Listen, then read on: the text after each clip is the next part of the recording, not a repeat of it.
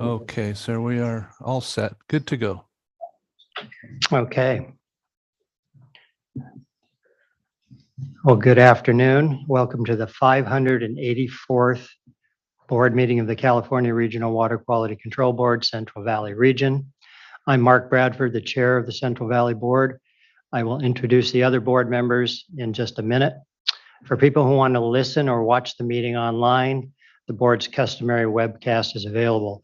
We are receiving presentations and public comments here at the meeting and online through a Zoom meeting platform. If you're here at the meeting and intend to present or comment or think you might be interested in commenting, you should have filled out a speaker comment card. It's a blue card. If you're online and planning on commenting, you should already be in the Zoom meeting room using the meeting ID and password provided by board staff. If you have not already received this information, you can email us now at agenda5@waterboards.ca.gov. That email address is agenda followed by the number 5 with no space @waterboards.ca.gov. Include speaker comment in the subject line so we can follow up with you. For those in the Zoom meeting, you will be on mute and your camera turned off until it is your turn to speak. Our meeting host will then unmute you and ask you to turn on your camera if you have one. When you're done speaking and the board members have completed asking questions, you will be placed on mute and your camera turned off. I will now introduce the other board members as follows. Denise Cadera from Allensworth on my left here. Raji Brar from Bakersfield is joining us virtually. Sean Yang, Sacramento. Nick Ovdis, also of Sacramento. Elena Lee Reeder of Sacramento. And again, I am Mark Bradford, also from Sacramento. State Board member Nicole Morgan is participating in this meeting and will give an update to the board a little later. I will now introduce Executive Officer Patrick Palupa, who will introduce his staff. Good morning, Chair, members, or good afternoon, Chair, members of the board. I first want to extend my thanks to the State Water Board for letting us use their facilities, and apologies in advance for any technical difficulties that we may be having or have. This is the first time we're using this room, and because our particular boardroom is currently undergoing an update. We have our computer system being upgraded in our boardroom to handle new Zoom capabilities. So we hope to be back in Rancho Cordova in February, broadcasting from our typical home office. But let me go forward and introduce the staff and management that we have here today. To my immediate right is Jessica Yar, Senior Staff Counsel for the board. Immediately in front of me is Mindy Maxwell, Executive Assistant, and she's been helping orchestrate this whole meeting. So much thanks goes out to her. Immediately in front of me at the opposing dais is Adam Lapitz, Assistant Executive Officer, JJ Baum, Assistant Executive Officer, Chris Moskal, Counsel to the Board, and Lori Oken, Counsel to the Board.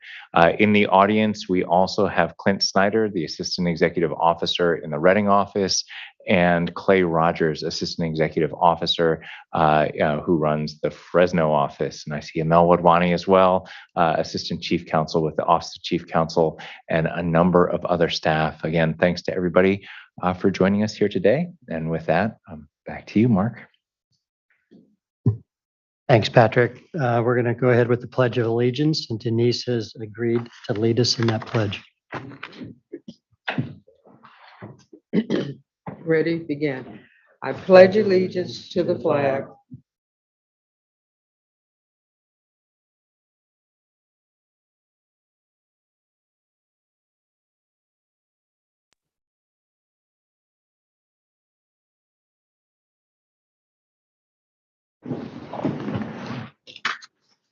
Okay, agenda item 2, we're going to ask board members for any communications regarding their activities the last couple of months. If there have been any. Okay, we have Nick raising his hand. Yes, on November 14th, I attended a tour in Madera County hosted by Sustainable Conservation.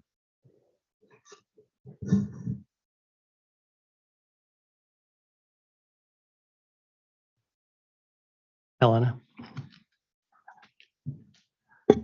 On October 24th, I participated in the Environmental Justice Consortium for implementation. And on October 27th, I attended the Water Quality Coordinating Committee meeting. Thank you. Denise. On the 19th of October, I joined the State Water Board regarding the Racial Equity Action Plan. And the 24th of October, I participated in the Environmental Justice meeting. On the 27th and 28th, I attended the WQCC. November 3rd, I participated in the State Water Board Water Drought webinar. On the 15th and 29th of November, I participated at the invitation of the California Natural Resources Agency. I participated in the Native Heritage Month webinars. They were all quite interesting.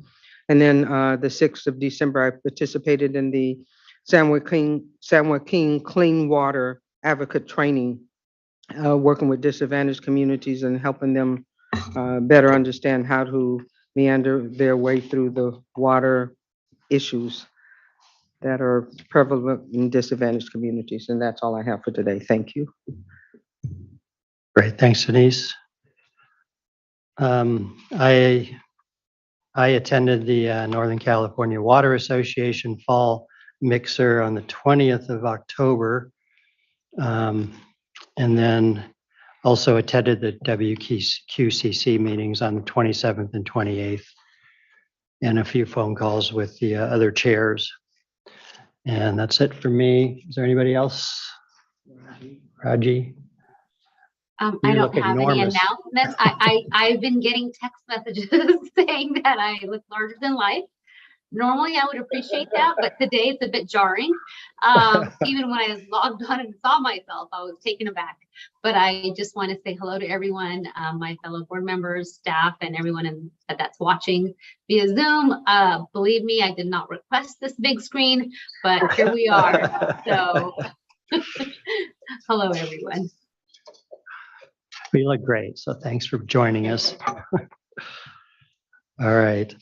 We're going to move to agenda item 3, which is the State Water Board Liaison update. And I'm going to call on Nicole Morgan, who's coming up to speak to us to give us her update.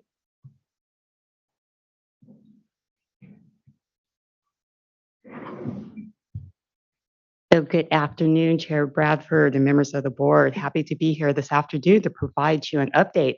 I'm on a different side of the dais as usual. And Raji, I was on that big screen yesterday. I feel for you. So this is very interesting perspective from this side here. Let's see here, a lot going on. On December 7th, this past Tuesday, the State Board readopted the prohibited wasteful water uses emergency regulation for water conservation. And then also on December 6th, we adopted the proposed general order for sanitary sewer system general order. That was a reissuance. We had held a public workshop staff did on November 14th to provide interested parties an overview of the proposed general order, including the revisions in response to public comments. And so then we adopted that reissuance on the 6th. And so just want to, thank you all for your staff's participation and working through that reissuance and, their input. On, hydrology and urban conservation update. So going back to September, it's been a little while since I've given an update. So looking at statewide water use, it dropped in September by 10.9% relative to September 2020, with a 4.6 cumulative savings from July 2021 to September 2022. So looking at the Sacramento River Basin, that was a savings of 10.5%, and San Joaquin River 4.2%.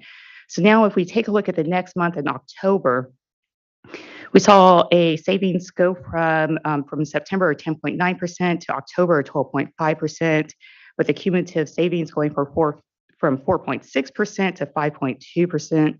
And then the Sacramento River, so in September, the savings was 10.5. However, it dropped to 8.9 in October. San Joaquin River watershed increased from 4.2 to 8.3. So that was almost a double increase for the San Joaquin River. So, as you know, we're still considered in drought, even though we've had, beginning in November, we had a great rain event. Beginning in December, also great rain. We're still not out of drought, so we're still asking everyone, please do your part and conserve. And the savings, overall with the state, we are seeing that trend upwards. We just don't want to lose sight of the overall goal of conserving that 15% that the governor called for. So in August, the governor issued the California Water Supply Strategy. So we just wanted to make sure that we are providing updates on the implementation of the strategy as we move along.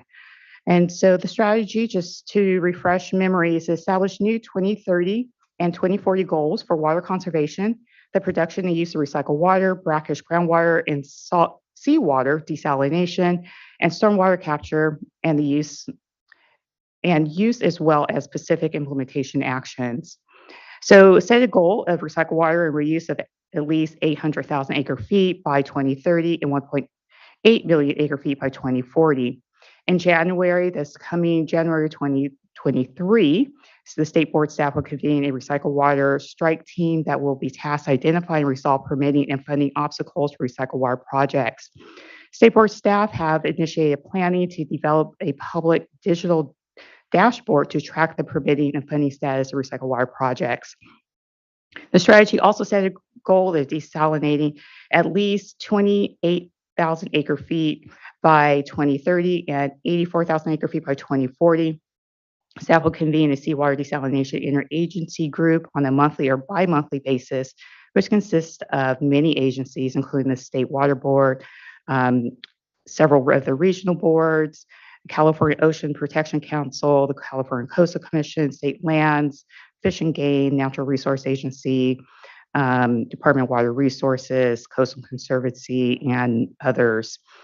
The water supply strategy set a goal to capture 250 acre feet of stormwater by 2030 and 500,000 acre feet by 2040. The state board is developing a request for proposals for a project that will provide an estimate of the volume of stormwater currently captured and used statewide and anticipated to execute a contract for this work in early 2024. For the implementation steps associated with groundwater storage goals, the Division of Water Rights, permitting staff have prioritized groundwater recharge projects, continue coordinating with the Department of Water Resources on temporary groundwater recharge permits, and have requested staff resources to help regulations for water availability analysis associated with water rights permits. For the implementation steps associated with water rights modernization goals, water rights staff are quickly filling new positions, developing contracts for real-time water data collection and supply and demand models and tools, actively implementing and enforcing current emergency curtailment regulations, and selecting the vendor for the water right data system rebuild. It's called the Upward Project, which is updating water rights data for California.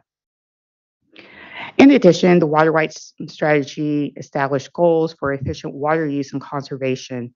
On October 19th, the state board adopted new water loss performance standards for urban retail water suppliers.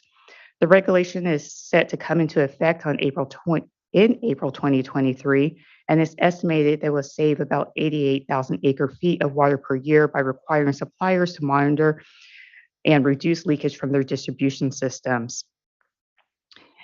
The performance standards for water loss are one component of the overall conservation framework established by Senate Bill 606 and Assembly Bill 1668 in 2018, which is also known as the Making Conservation a Way of Life in California legislation.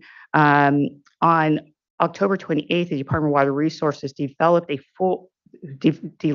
the full report on the recommendation urban water use efficiency to the State Water Board, which were required by SB 606 and AB 1668. We then held a public workshop at our board meeting to hear from DWR on those reports to further understand those. Our staff are now taking a look at them, and then we'll start the regulatory process to set outdoor standards. So that concludes my report this month. Are there any questions?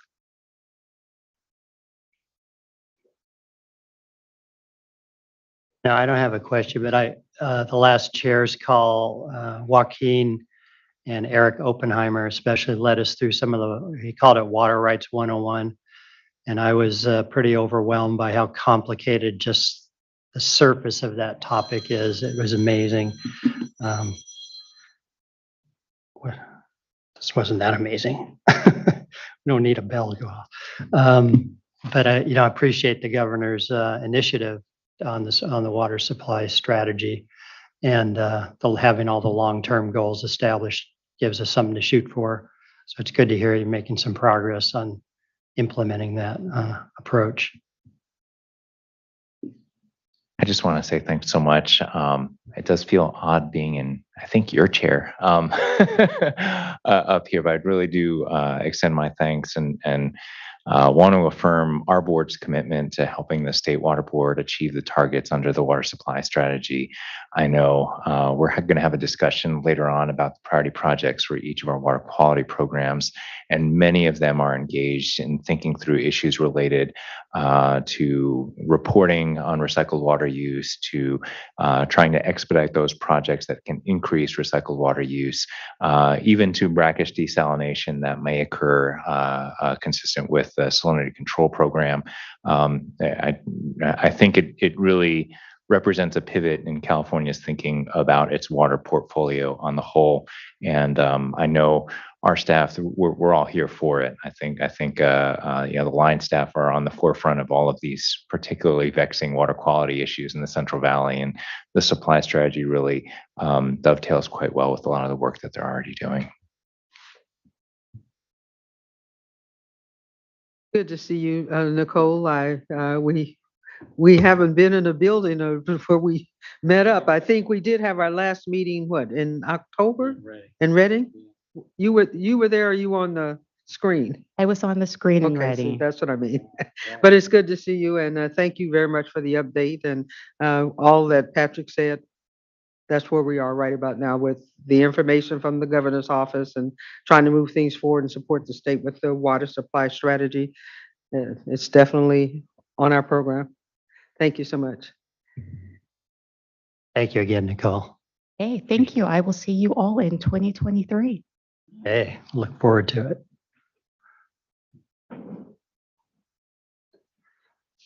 Okay, moving on to the next item. Mindy, has anyone submitted a request to speak on any topic which is not on the agenda today? I have a Martha Armis Kelly with the Catholic Charities Diocese of Stockton's Environmental Justice Program, Debbie Mackey with the Central Valley Clean Water Association, and Juan Camacho with Caltrans, but they all have indicated they will raise their hand if they wish to speak. Okay, thank you.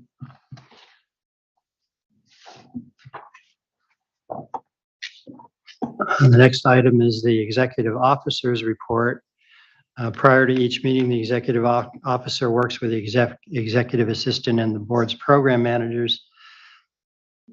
Wait, one more thing. No, just real quick, I'm just trying to get a double check from IT that nobody has digitally raised their hand. That is correct, Patrick. Thanks No so hands are much. raised. Okay. First hybrid meeting. These are Right, fun. yeah, I can't see any hands, but that doesn't mean they aren't up there somewhere. And Mark, we actually have a large slate of awards, which are fantastic to great. do. But I would propose going to the uncontested calendar first, since I know we have a couple members Okay, online and in person waiting for their items to Sure. go. So that would be possibly item 6 and 7 before we go back around to item 5. yeah, we can go through 6 real quickly here. That's just consideration of the minutes from the prior board meeting from 13-14 October 2022. Are there any edits or corrections to the October minutes? If not, I'll ask for a motion to approve in a second. So moved. Second. Moved by Nick and seconded by Elena. Mindy, you do a roll call. Board Member Yang. Aye. Board Member Abdus. Aye. Board Member Brewer. I believe I have to abstain. I wasn't at that meeting. Board Member Lee Reader. Aye. Vice Chair Kadara. Yes. And Chair Bradford. Yes.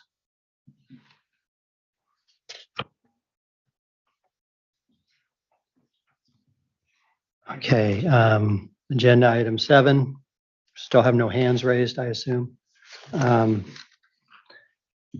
This is the uncontested calendar. It's a time and place for a public hearing to consider uncontested items 11 through 15.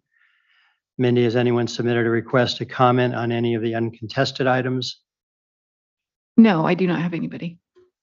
Are there any late revisions? No late revisions. And, Can again, we make one addition to this? Item 8 is also uncontested. oh, okay. We'll add item 8 and 11 through 15. Correct. Right, so we'll close the hearing and I ask for a motion to approve the uncontested calendar. I'll move to approve the consent calendar And item 8. and item 8. Item 8, yes. I'll second.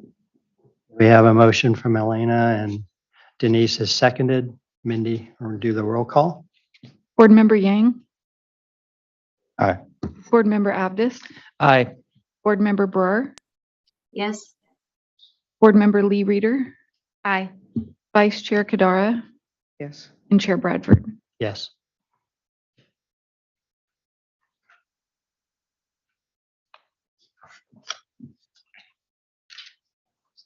Patrick, do you want to go back now and do the, That works for me. okay, let's Absolutely. do it. So back Thanks to for your the, flexibility. I know yeah, no problem. there are a few people waiting with bated breath to see if their permits get adopted, and Okay. they were just adopted. All right, so this is the executive officer's report. The executive officer works with the executive assistant and the board's program managers to compile a report on the status of the board's programs and its staffing and many different initiatives the board is working on. At this time, the executive officer is available to take questions on this report.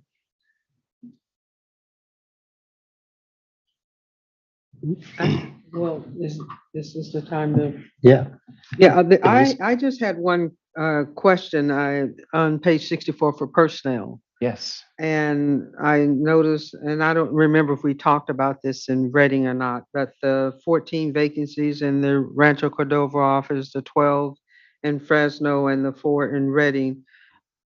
What kind of impact is that having on the staff right now? I think what you've been seeing at the regional board is what you've been seeing in a lot in the private sector, where there's a lot of churn. There's a lot of people leaving. We recently at the executive team yesterday, we were discussing some of the departures and some of the additions to our team. We're actively recruiting every one of those vacancies and working to fill those vacancies as quickly as possible. I think with all the retirements that we're seeing, and not just in the water boards, but in other agencies, the expansion of other programs. We've recently had 4 staff leave for Department of Water Resources because of new positions that were created in Department of Water Resources. We're recruiting, and we have had people leave from State Board coming to us. So what you're seeing right there is, frankly, a relatively large vacancy pool, but it's smaller than the other regions in terms of the overall percentage. We're really working very, very hard to recruit. I think my message to the managers is if there are rough times ahead for the state, you don't want to be caught flat-footed with vacant chairs, because those vacant chairs quickly disappear whenever there's a budget crunch going on. So we are trying our very best to fill all those positions as expeditiously as possible. And I think, a lot of credit goes out to Kelly's team, which has really been on the ball in terms of helping get those positions recruited. We recently had a new addition to our team, Maria, who you may have met as a manager working right under Kelly to help with that process, and to also ensure that the equity principles that we're working with as an agency and as a state are met as we go out there and recruit, as diverse set of candidates as we possibly can. So we look at that number a lot, especially as we're heading into a potential recession, and try and get those positions filled as quickly as possible and just keep that as low as possible. But in terms of, overall numbers, that's not that unusual to have that many vacancies for an organization of 300 some. So the workload, all the staff, they're doubling up and working and serving in whatever capacity they can to make sure everything is moving. Yeah, absolutely. And we expect to have a certain number of vacancies just because of people retiring and choosing other options with their job and seeking other promotions. And every once in a while, it breaks my heart moving out of state. It's for cheaper housing and things like that, which happens every once in a while. But the vacancy numbers aren't really that off kilter, thankfully. That's kind of just where it is for an organization like ours. But we aim for a 0. We try and get that number down as low as possible, because every vacancy is as you note, is somebody else doing that work. Yeah. It's not like the workload is built up around that number of vacancies. Thank you, Patrick. Thanks, Patrick. I've got a number of staff awards to hand out both in person and virtually. But I'll also note for the rest of the board, Mark, Denise, and I, with a number of the management team, and Mindy, who works very hard to compile this executive officer's report, we sat down and had a very thorough review of what we do with the executive officer's report, and to make sure it's still responsive to the needs. And we're going to be slimming down certain portions of it that aren't used all that much, and that aren't as meaningful, and in the hopes of trying to get, make sure that everything that we publish, everything that we put out there is readable and accessible. And sometimes a 64, 65-page report isn't the easiest for the public to digest. So cutting it down a little bit, I think we'll have some benefit in terms of communicating what we do day in, day out. And with that, I'm all set to hand out some awards. Yeah, do those awards. I would just add that the executive officer report, we talked about this, it just serves as a really good historical record of what transpired, over the course of the year. So it's valuable from that perspective as well. And I think the main shifts, to be honest, is to keep the stuff that is a little bit, I don't want to say repetitive, but some of the performance targets that actually don't convey what we do. There's actually dashboards that are even better at doing that have been set up online.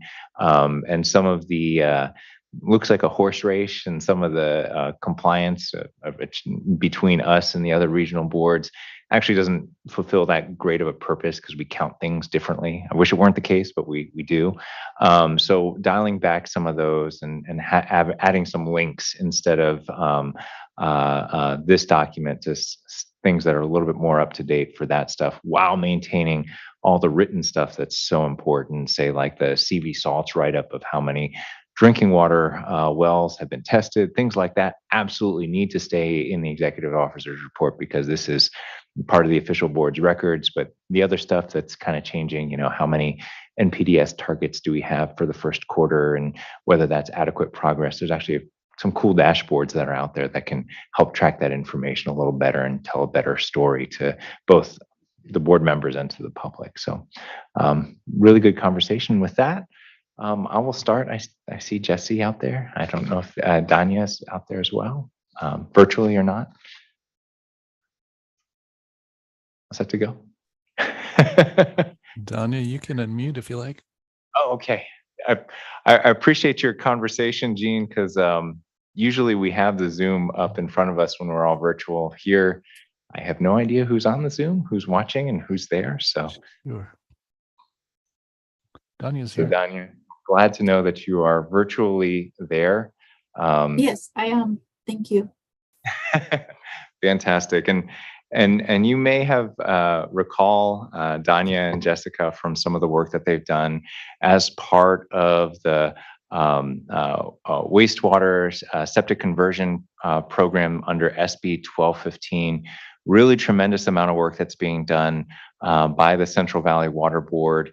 And Jesse was a huge part of that, even though we've transitioned into a management position in another part of the office, part of the churn that board member Vice Chair Kadara mentioned. But it gives me great pleasure to present this award, which is a Sustained Superior Accomplishment Award, the SSAA. That's the highest award that we give out for truly remarkable performance over a long period of time to Danya Jimerson and Jessica Mullane for the wastewater consolidation program. After the wastewater consolidation program was adopted by the legislature in Senate Bill 1215, Danya Jimerson and Jessica Mullane from the Rancho Cordova office took on this important project to identify and assist disadvantaged communities connect with local sewer service providers. Danya and Jessica faced a seemingly insurmountable goal of eliminating literally thousands of failing on-site wastewater systems that represent a serious threat to drinking water resources here in the Central Valley. Region 5 was tasked with implementing this new program with no blueprint other than the legislation and general goals established by the Division of Water Quality. Danya and Jessica began by developing a program charter, working with other water board divisions, reaching out to the regulated community to communicate the goals and benefits of this important mandate. Then COVID happened. Without missing a step, Danya and Jessica navigated a path forward, working with various water board programs such as CV Salts, the OTS, LAMPS, the On-Site Wastewater Treatment System and Local Area Management Plans, and SAFER, Safe and Affordable Fund for Safe Drinking Water, to identify and prioritize connecting qualified disadvantaged communities and local sewer service providers. From day one, the amount of work Danya and Jessica have put into their research, coordination, and facilitation efforts is staggering. Their efforts are paying off as we are now seeing a steady stream of disadvantaged communities throughout the Central Valley and elsewhere motivated to abandon their antiquated wastewater systems. Danya and Jessica's sustained dedication and diligence exemplifies the Water Board's commitment to protecting water quality and serving the greater community. It is for these reasons Danya and Jessica are deserving of recognition and of this award. It's truly remarkable the work that they accomplished together. I will say this program, not only COVID happened, but with COVID came a complete repositioning of the financial resources that are available to this program. I think it was kind of founded with the idea of $60 million at most kind of coming into it. And with the COVID and the budget surplus, all of a sudden there was more like hundreds of millions of dollars being talked about for these wastewater systems. Ordinarily, that would have broken a tiny little program. Danya and Jessica were able to kind of pivot that. They've even recently made presentations to other boards throughout the state to talk about the success stories that we've accomplished here in the Central Valley. So truly, truly rewarding work that you've done. My commendation to you, and it gives me great pleasure to present this award here today. So much. I think I didn't quite plan for it. There's certificates down there. It's interesting. I think this is the first time I'm at a dais where there's actually a barrier between us and the public.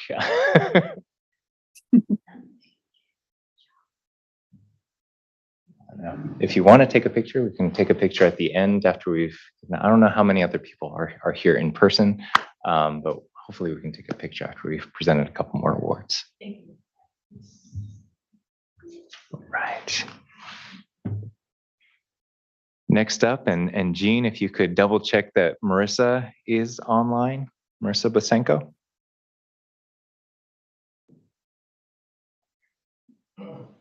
All right, I see a thumbs up from Bob Chow in the back. Yes, she is able to unmute. Hi. Fantastic. There you are. Hi, Marissa. Hello.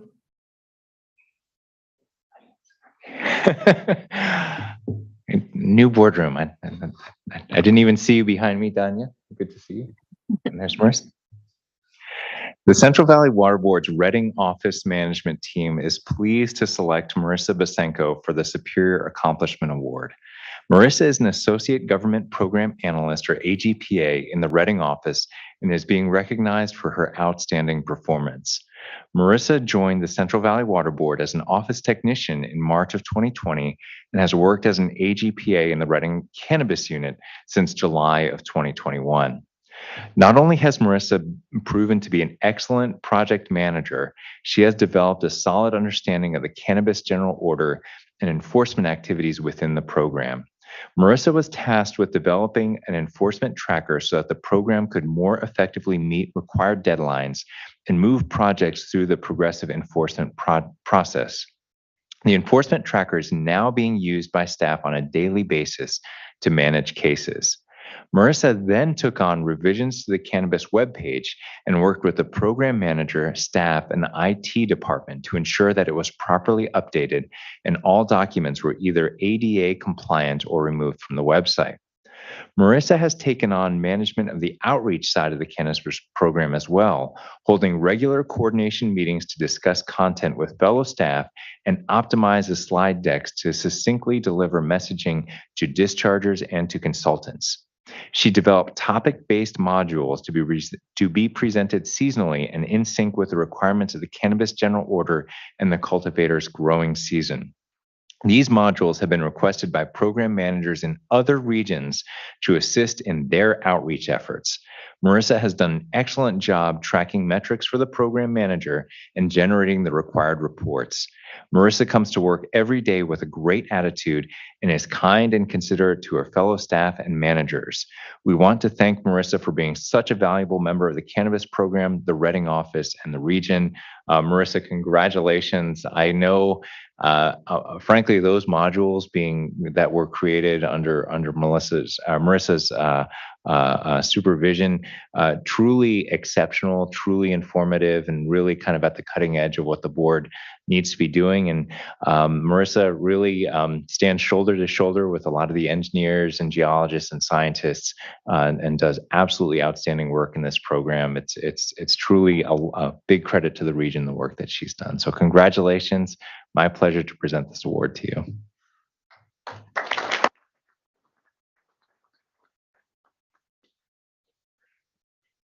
I love the paintings in the background.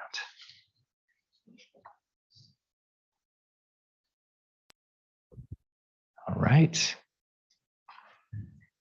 There's a whole bunch more. Yeah, I thought you had. We're going to keep going with this. The next up is a Superior Accomplishment Award to Matt Boone, Kate Berger, Lynn Coster, David Durrett, Stacy Gotham, Griffin Perea, and Jason Schroeder.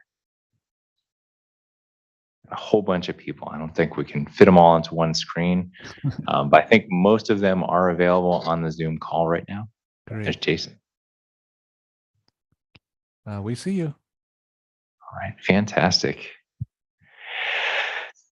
This award is being presented to the Reading Office Management Team. The Reading's Office Management Team is receiving the Superior Accomplishment Award for their dedication and adaptability responding to the COVID-19 pandemic and ensuing emergency telework protocols.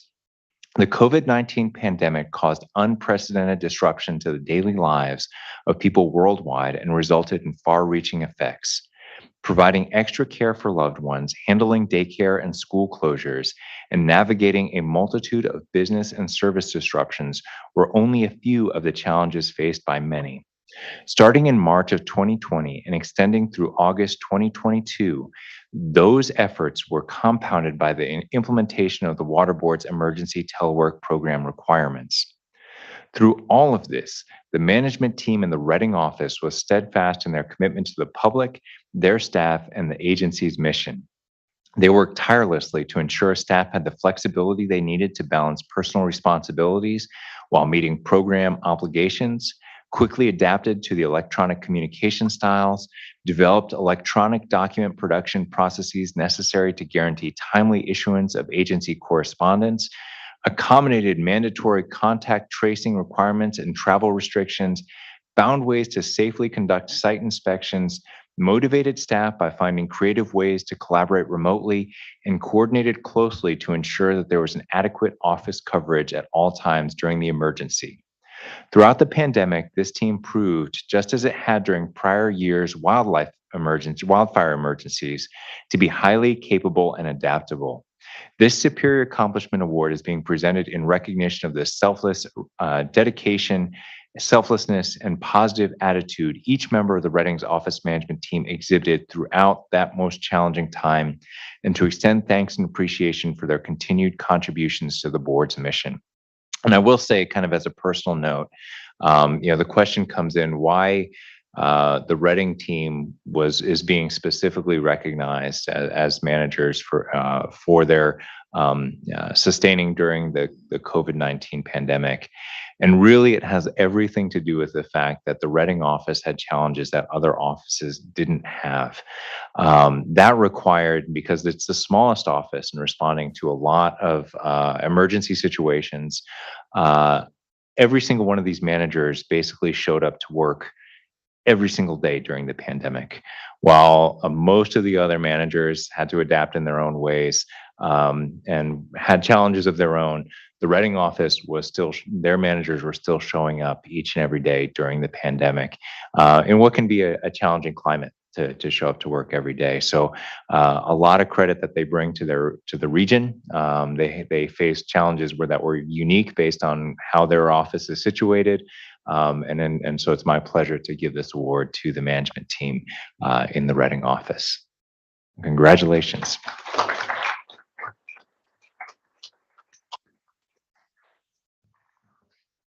Two more. Is Cameron there? Is Cameron available? Hi, Cameron. You can unmute if you like. Hello. All right. Cameron has been working in the Fresno office handling the surface water ambient monitoring program swamp duties for 3 years. Recently, he has led the efforts to collect harmful algal bloom and recreational beneficial use assessments from Eastman and Hensley Lakes, Lake Cahuilla, and the San Joaquin and Kings rivers. Cameron also provided a prompt response to an inquiry from the public about the recent presence of algal blooms in surface water in 3 rivers. He has also provided training and guidance to the 3 Rivers Community Service District to collect samples at the Slick Rock Recreation Area at Lake Cahuilla. His training duties also included training the San Joaquin River Conservancy on how to collect cyanobacteria samples at Sycamore Island in the San Joaquin River. Cameron also assists with scheduling the swamp's scientific aids for both field sampling and data analysis. Cameron is a great asset to the Fresno office's swamp program and is very dependable. He works independently with minimal oversight and limited resources of the program. He prioritizes his monitoring efforts and data analysis efficiently to evaluate the physical, chemical, and biological integrity of the state's waters. Congratulations, Cameron. Swamp is a program that we rarely see in front of the board. But there is an incredible amount of public interface that they have with citizen scientists in particular.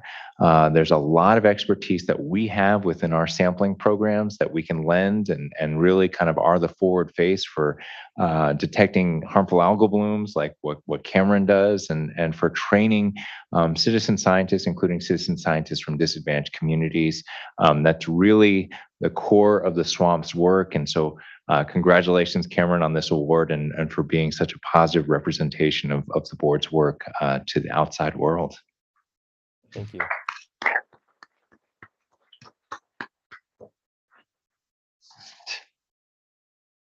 And last up, the award is being presented to Meredith Howard, Selena Cole, and Andrew Hamilton.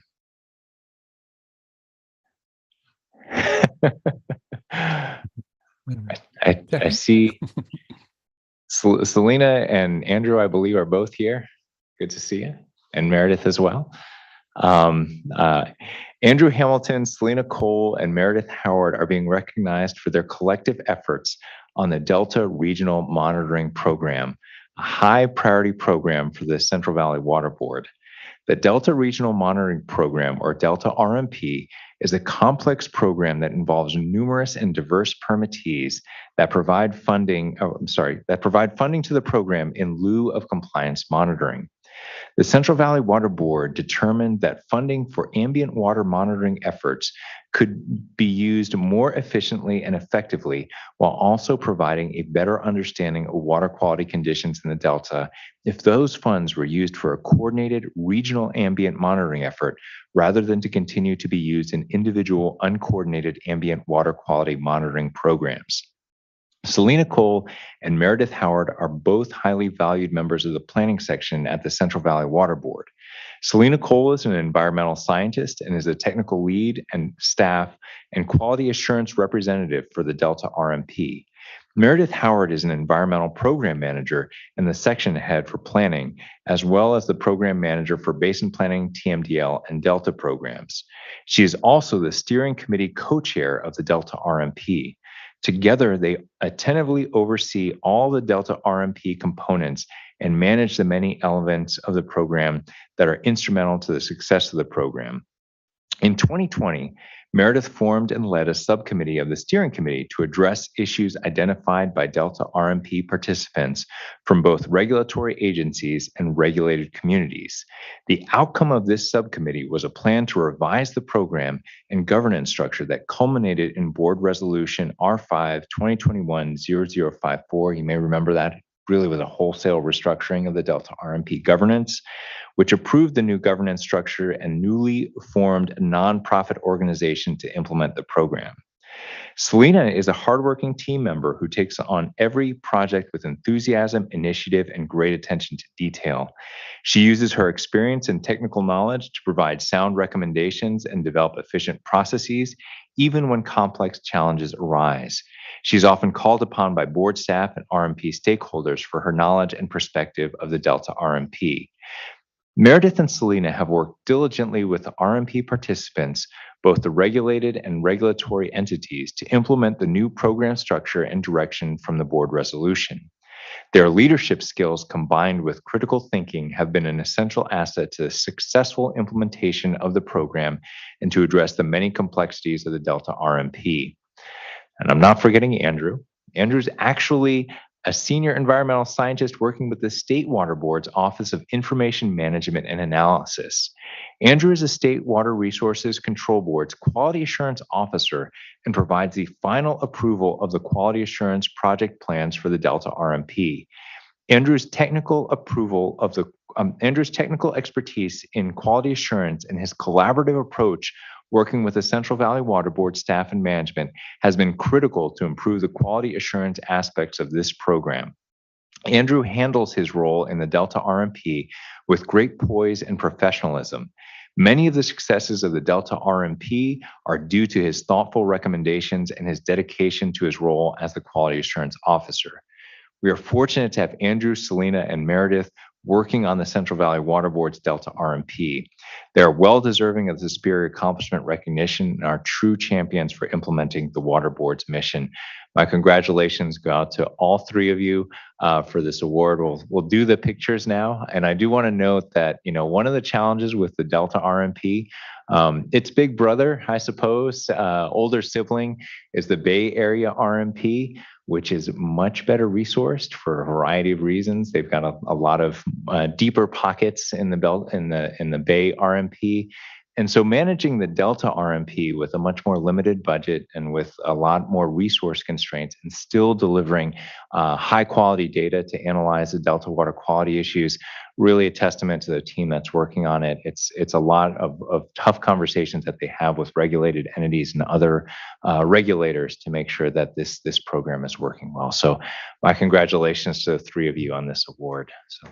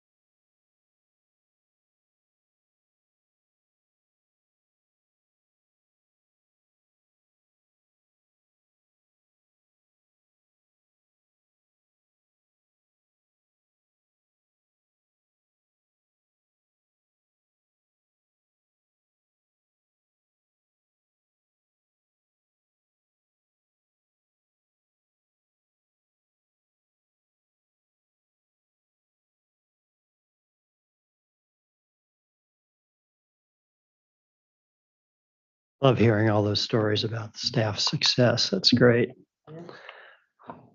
Thanks, Patrick, and thanks all of you who received a reward. Very impressive. I think since we included agenda item 8 in the uncontested calendar, we're moving on to agenda item 9. And that's the consideration of the regional racial equity resolution and 2023-24 program priority projects. At this time, the board will consider adoption of a resolution affirming the Central Valley Water Board's commitment to State Water Board Resolution number 2021-0050, resolution condemning racism, xenophobia, bigotry, and racial injustice, and strengthening commitment to racial equity, diversity, inclusion, access, and anti-racism. Included with the presentation by board staff will be a discussion of proposed priority projects for the board's water quality programs, which were developed to achieve the proposed racial equity goals. Following the staff presentation, interested persons will be allowed 3 minutes each to address the board. And I'm going to have to ask for 2 minutes to Yep. walk around because I was anticipating that there'd be an easier way to get down there. I'm giving this presentation along with Okay. the racial equity team. We'll probably be needing those spots right up front to give this presentation. Why don't we take a 5-minute bio break? And I don't think you can get there in 2 minutes anyway. There is You a had maze you back had a there. sore foot. There Okay. is a maze back there, There I tell is. you. Okay, thank you. We'll just be back in about 5 minutes. Thanks again. That's smart.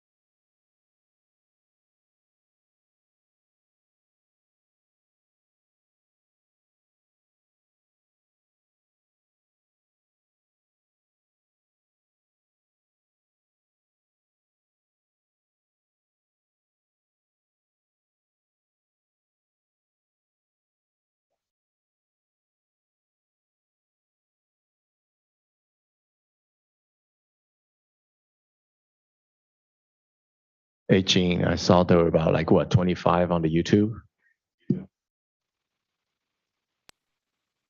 Let's see.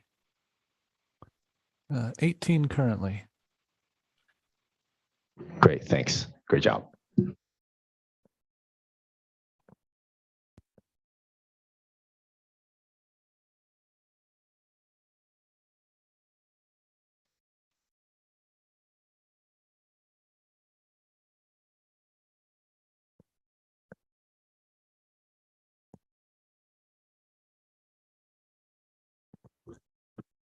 I can start that presentation anytime. Okay, I think we're all back. So whenever you're ready, Patrick. I'm all set. And Gene, I think you can put the presentation up on the screen.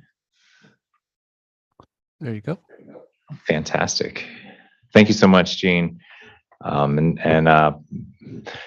Chair Bradford, members of the board, I really take a lot of pride in this project. I take a lot of pride in this project in no small part because I will be sharing this presentation here today with members of our regional racial equity team who will be introducing themselves as we kind of get to their portions of the presentation.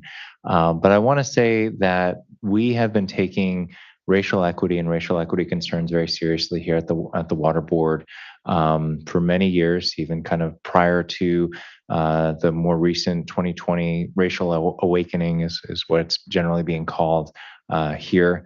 Working on racial equity issues, working on environmental justice has kind of always been central to the Water Board's mission.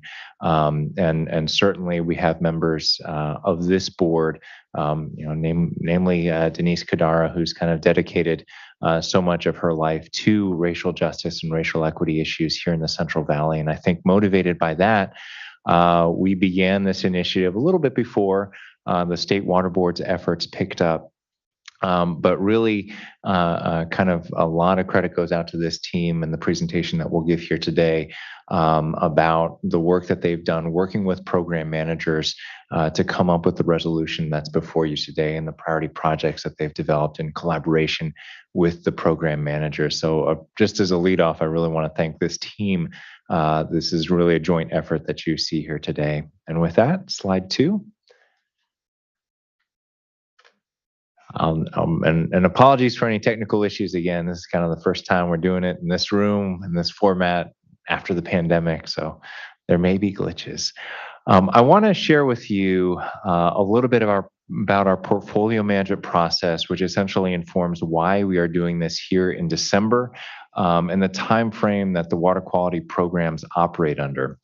As you know, we have 19 water quality programs, each of which has an assigned program manager and an assigned executive sponsor. The program manager is a manager within the program, usually a supervisor who is responsible for putting together a work plan that lays out the objectives for the coming year. Each staff person in the program should be able to pick up the annual work plan and understand not only the primary objectives of the program, but also what is expected of them and how their work furthers the mission of the Central Valley Water Board. These work plans are developed on an annual cycle, which starts in December. That's why we're here today, where the board sets the priority projects for each program. And if you could click it, Gene. In most years, the program managers set aside resources to work on a project or projects that furthers the strategic objectives of the program. Here's an example of a hypothetical program which has set aside time for staff to work on a general order as a priority project, while still fulfilling the core workload of writing individual permits, enforcement, and administrative tasks like onboarding and training new staff. The program manager here in this pie chart that you see has proposed dedicating staff hours to working on a new general order because general orders, while they are a large workload, help streamline future permitting efforts and help standardize permitting across the region. Click. In some years, core work can consume all of a program's time. This is true when we have resource cutbacks or when staff in one program area are diverted to other work. In these years, we may not have a priority project for that program, which is absolutely okay as well. I just want to kind of highlight what we're doing here and the distinction between core work and priority projects. Next click. So today we're going to be talking about each program's proposed priority projects alongside of our racial equity resolution, because each of the programs has proposed this year to dedicate staff time to priority projects that further the board's strategic efforts to advance racial equity. So I'll pause for just a minute. I know that's a lot of administrative stuff to handle, so just pause for a minute. Good. All right. Next slide, if you could, Jean. So as background, starting in the summer of 2020, the State Water Board began an effort to address the historical effects of institutional racism by directing staff to develop a priority plan of action. A Water Board's wide racial equity team was convened and held public and employee listening sessions to help develop a draft resolution for the State Board.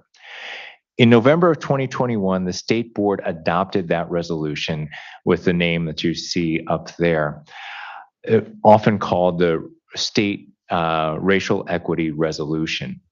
This resolution affirmed the State Water Board's commitment to racial equity and directed staff to undertake a variety of actions, including the development of a racial equity action plan, which the racial equity team right now at the State Board, and we actually have a member that's working on it, is working on developing and anticipates having that approved by the State Water Board in 2023.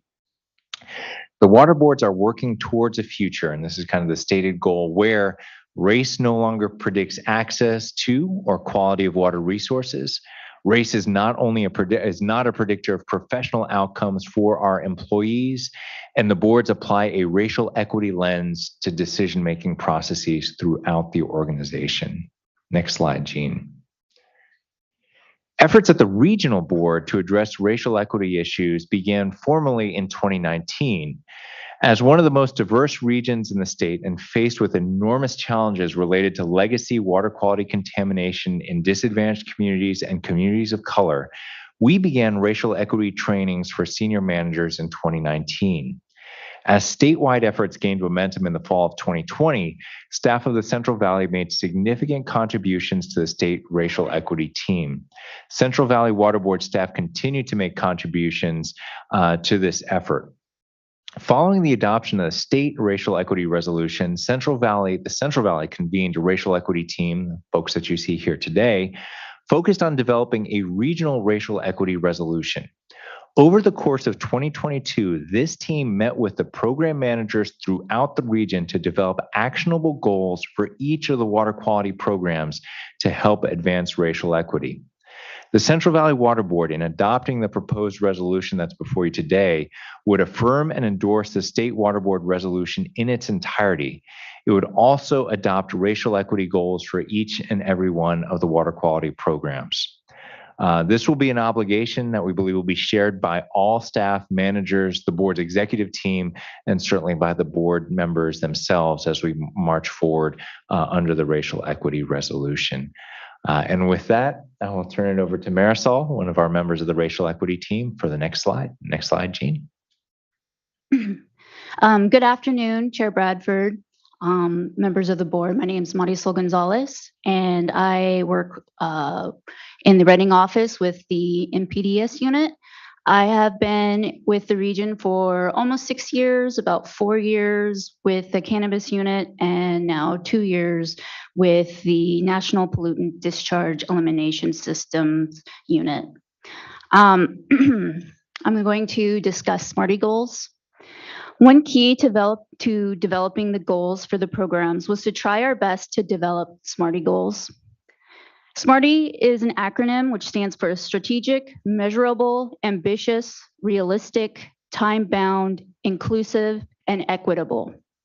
By incorporating equity and inclusion components to SMART goals, we placed additional emphasis on ensuring that our commitment to racial equity and inclusion is anchored by tangible and actionable steps. There are 2 concepts that will be brought up a few times as we walk through the program goals. A newly updated tool called Cal EnviroScreen 4.0 and a new piece of legislation called RB 2108. I will discuss those on the next few slides. Next slide, please. Cal EnviroScreen is an innovative tool primarily developed by Cal EPA's Office of Environmental Health Hazard Assessment, or OEHA. The most recent version of Cal EnviroScreen 4.0 uses 21 indicators covering pollutant sources and drivers of vulnerability within California's approximately 8,000 census tracts. This tool, which is publicly accessible, can be used to gauge overall environmental burdens in communities in unincorporated areas throughout the state, and incorporates demographic and socioeconomic data into the maps. Next slide, please. Next, I will discuss AB 2108. AB 2108 is something else that will be affecting how our board tackles environmental justice issues throughout the region. This is a newly adopted law that takes effect on January 1st. It imposes many new requirements for the regional board related to environmental justice and tribal issues. First, there are new outreach requirements for planning, policy, and permitting processes. These require the board to identify issues of environmental justices, and these processes develop, and this should begin as soon as possible in these processes. Secondly, new requirements must be made for every basin planning action, general order, and any order with a compliance time schedule, which includes each one of the permits that must be updated in the coming years to implement the nitrate control program under CV salts. Next slide, please. Lastly, before we begin with the substance of this presentation, I'd like to point out where all the priority projects will be located on our website. You can see the website on the presentation. You can see the program overviews, resources dedicated to these programs, as well as their accomplishments here. We will now go through a program-by-program review of our water quality programs, giving you a brief summary of the work that they do, the racial equity goals or goals that are proposed in the resolution, and the priority projects that are being proposed by the program managers for the fiscal year 23-24. I'll now turn this presentation over to Adriana Ross, who will begin with the board's administrative program.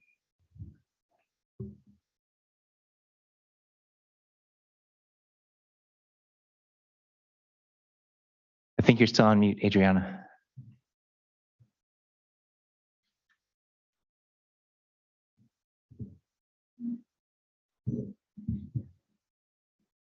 Try again. I just Does have to she need stop to the be share for a unmuted? second. Adriana, you may unmute now. There we go. There we go. Yeah, thank you. Good afternoon, Chair Bradford and members of the board.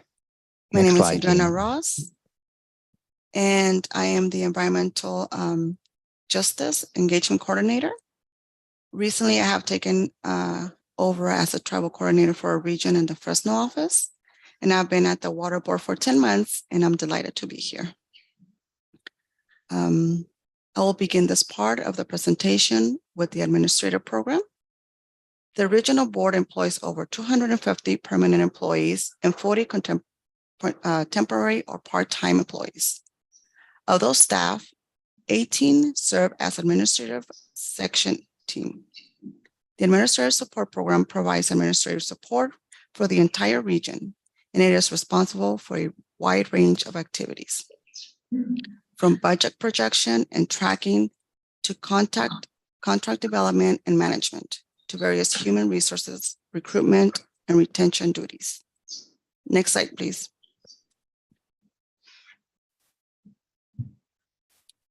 Thank you. The Central Valley Water Board Administrative Program is the program most directly responsible for the region's efforts to create a more diverse workforce through recruitment, retention, and advancement.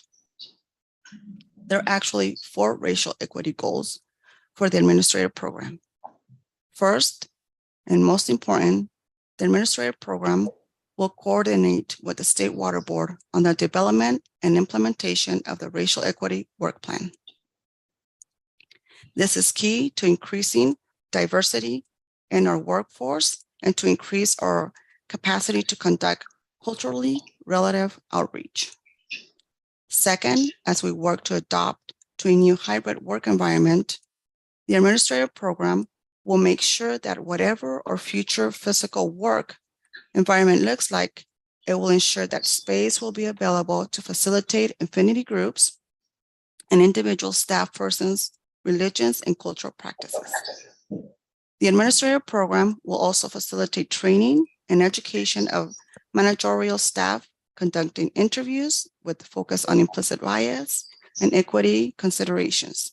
Lastly, the administrative program will continue ongoing racial equity training and development for staff and leadership. Click, please. Thank you. Some of those goals are actually considered core work, so priority projects are not being proposed for them. Instead, they will be included in the administrative program's annual work plan as core work. However, both the coordination with the State Water Board on the racial equity work plan and the workspace reorganization would separately be considered priority projects for the administrative program. Next slide, please. Next comes the basin planning program. Water quality control plans or basin plans provide the foundation for all Central Valley Water Board regulation actions. The TMDL program also falls within the Greater Basin Planning Program, as do aspects of the CV Salts program and the Delta program. The planning program establishes policies to preserve and enhance water quality and protects beneficial uses and conducts a triennial review every 3 years to ensure that the basin plans address public concerns and continue to be effective in meeting the program's goals. Next slide, please. Thank you. The basin planning program has 2 racial equity goals. First, we propose that the planning program continues to prioritize the designation of tribal beneficial uses. Second, we propose that as part of the triennial review process, we develop a project to update the basin plans to add references to Cal EnviroScreen and state racial equity resolution. Click, please. Thank you. The prioritization of tribal beneficial uses is considered one of the planning program's priority projects. While the new triennial review projects will be folded into the core work that comes along with the triennial review, other priority projects for fiscal year 23-24 for the planning program include working on a scientific peer review for Delta Mercury controlled program and associated with the methyl mercury total maximum daily loads, TMDL, and the completion of the pyrethroid research plan that is a component of controlled program for the pyrethroid pesticide discharge. So now here's Sue. Thank you very much. Thank you, Adriana. Good afternoon, Board Chair Bradford, Vice Chair Kadara, and members of the board. My name is Sue McConnell, and I work in the Rancho Cordova office overseeing our region's irrigated lands program. And I've worked for the board for a few decades now. I'll continue with the waste discharge to land program, which primarily regulates waste discharges that have the potential to affect groundwater quality.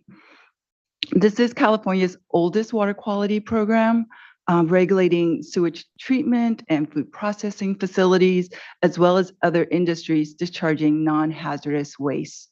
The program currently regulates over 1,400 facilities and accomplishes its work by expediting issuance of new and revised permits, finding unpermitted dischargers, and developing new general orders. It is one of the main programs that implements the CV Salts requirements. Next slide, please. The racial equity goal for the waste discharge to land program is the formation of a work group to meet the requirements of Assembly Bill 2108, which Marisol just described earlier. And one of those components is developing appropriate new findings for future general orders and permits. This work will begin immediately since that law takes effect on January 1st. Click, please. So this is the top priority for the Waste Discharge to Land program. Other priority projects include starting to enroll facilities under a mid-size wastewater treatment plant general order and the development of general orders for the nut and seed drying operations and food processors. And then last but not least, the program will be involved in implementation of CV SOLS requirements, particularly those related to updating permits to implement the nitrate control program in priority 1 areas. Next slide, please. So next is the CV SOLS program. CV SOLS, as you know, stands for the Central Valley Salinity Alternatives for Long-Term Sustainability. This is a stakeholder-driven effort that developed a regulatory framework to address legacy and ongoing salt and nitrate accumulation in the valley. The program works to ensure safe drinking water supplies, reduce salt and nitrate loading to protect beneficial uses, and implement long-term managed restoration of impaired water bodies. Next slide, please.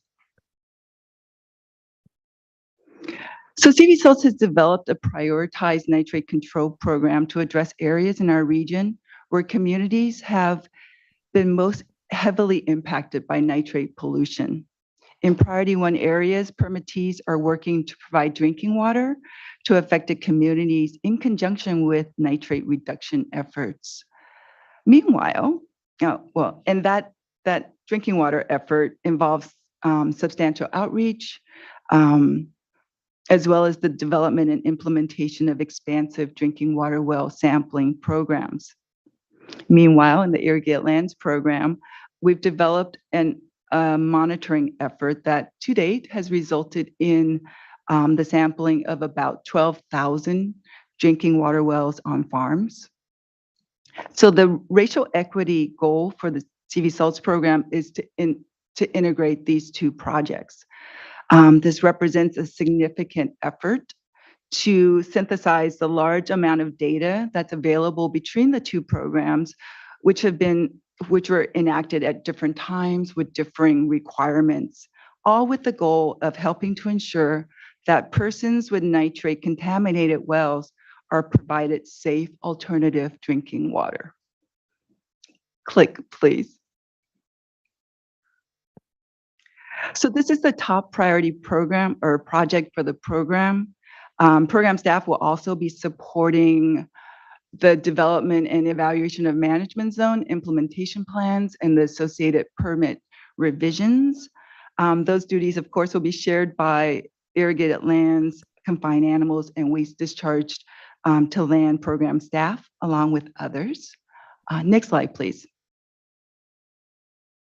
So Leah is up next to discuss the water quality certifications program.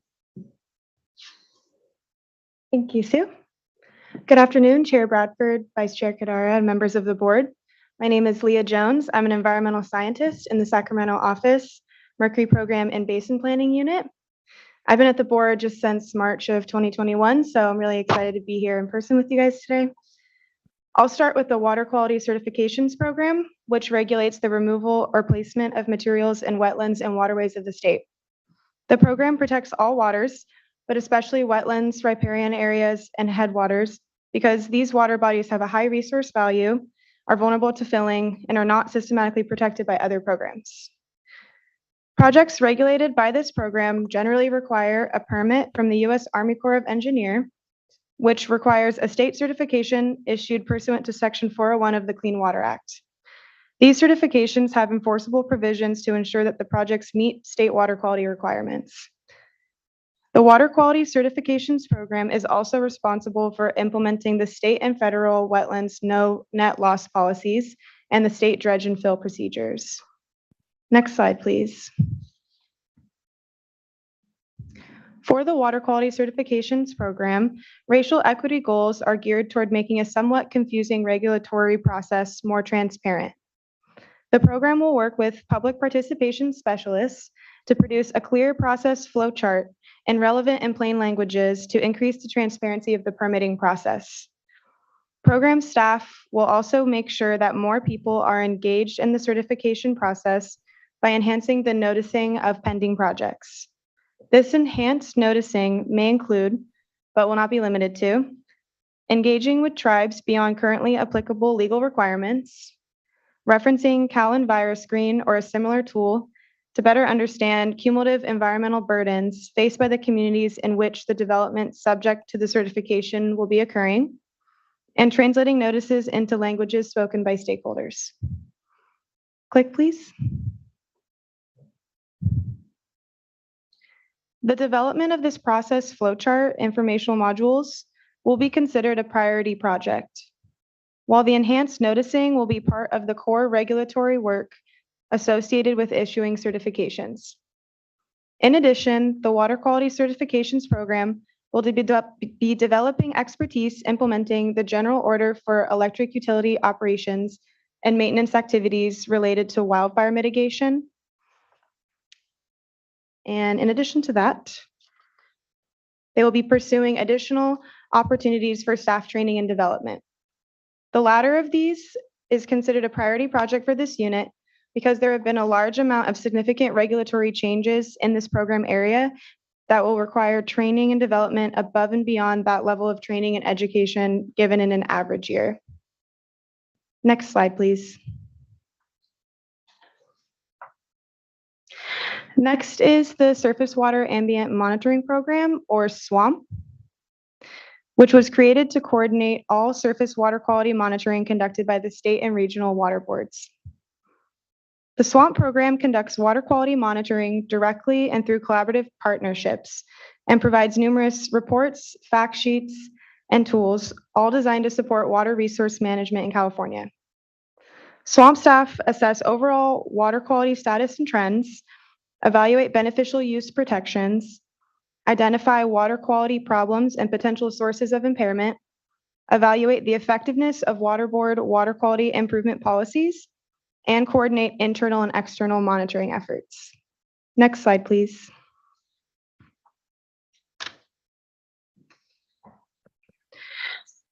The SWAMP program is typically guided by a work plan that is developed in collaboration with State Water Board. The first racial equity goal in this program seeks to incorporate community voices in the development of that work plan by developing a process to solicit input from the community on monitoring priorities. This is particularly important because many BIPOC and environmental justice communities within the Central Valley are reliant on natural swimming places for recreational opportunities. And apologies, I don't know if that was defined earlier, but BIPOC is Black, Indigenous, People of Color. I think it might be said again. Particularly in hot summer months, this is important, and our monitoring efforts can help inform these communities whether this water is safe or not. The next racial equity goal is to translate public-facing map tools into languages commonly spoken by visitors and create a video in multiple languages to explain how map tools can be used by the public. The translation process will be aided by language access guidance and assistance from State Water Board. Lastly, we propose to incorporate additional protections for at-risk staff, including women and people of color, as we revise standard operating procedures for the program. Keep in mind that in this program, unlike others, we have staff performing water quality monitoring at unregulated sites, which can present greater risks. Click, please. Soliciting input from communities and translating the map tools are considered priority projects for the program, and the enhanced protections and updated operating procedures is considered core work. Additional priority projects for SWAMP include supporting statewide efforts to monitor wildfire impacts and improving data management and operational procedures. Next slide, please.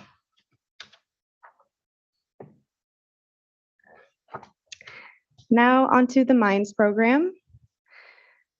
The Central Valley Water Board regulates 106 mine sites with known or potential water quality impacts.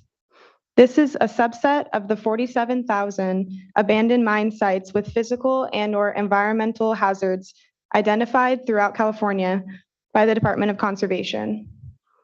Discharges of waste from these mine sites can have devastating effects on receiving waters and can significantly limit beneficial uses for miles downstream.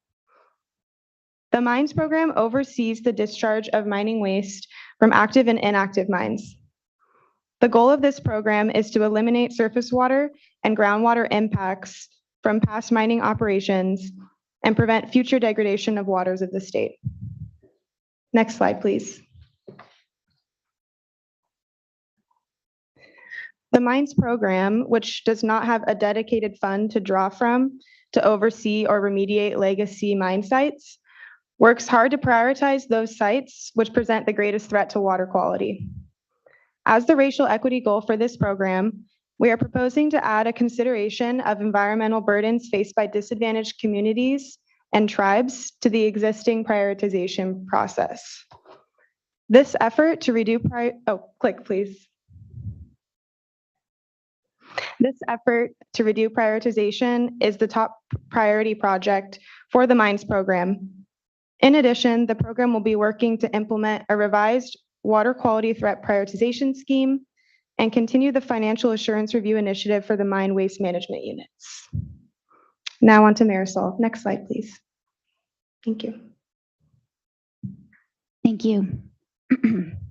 Next, I will discuss the National Pollution Discharge Elimination System, or I will now refer to as the NPDES program. Sometimes I like to say NPDS, so pardon me if I mispronounce it. The NPDES program is a federal program created by the Federal Clean Water Act that US EPA has delegated to the state of California. The program protects beneficial uses by regulating point source discharges to surface waters. Point sources regulated by the board primarily consist of wastewater treatment plants, along with a small number of industrial sources. Next slide, please. Like several other programs, the NPDES program has proposed a racial equity goal designed to increase engagement and transparency. Staff in the program will be developing an engagement process to broaden contact with tribal groups, which will include a review of existing mailing lists and the designation of a staff person to work with the regional tribal liaison and to attend tribal meetings. Click, please.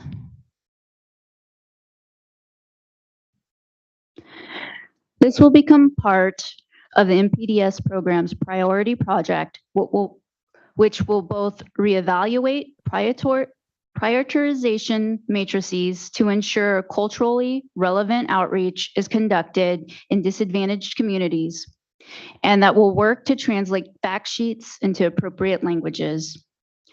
The NPDES program is also proposing a priority project that will work to integrate CV salts requirements into NPDES permits and develop a salinity variance under the CV salt control program. Next slide, please.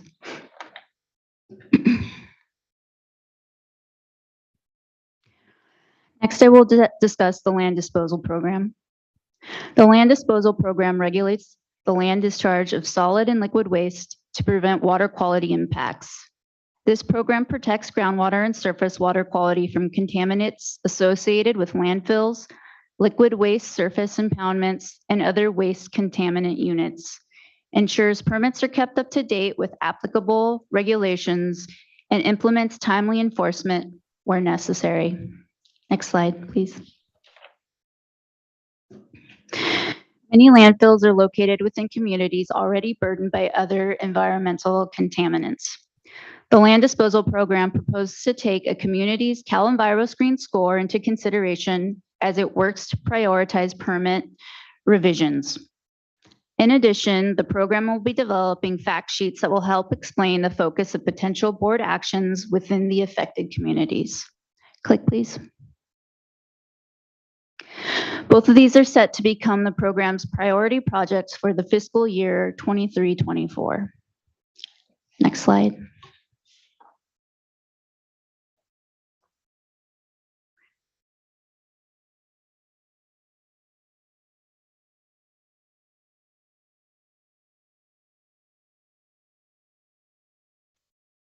Jean, if you could unmute Rebecca.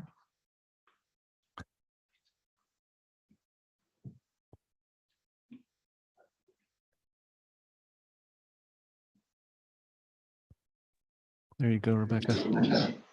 Thank you, Jean. All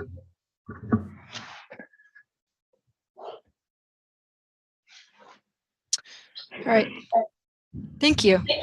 Good afternoon, Chair Bradford and members of the board. My name is Rebecca Asami, and I'm a senior engineering geologist working in one of the oil field units out of the Fresno office. Jean, if you could put Rebecca on the screen. I think he has a display locked on Adriana.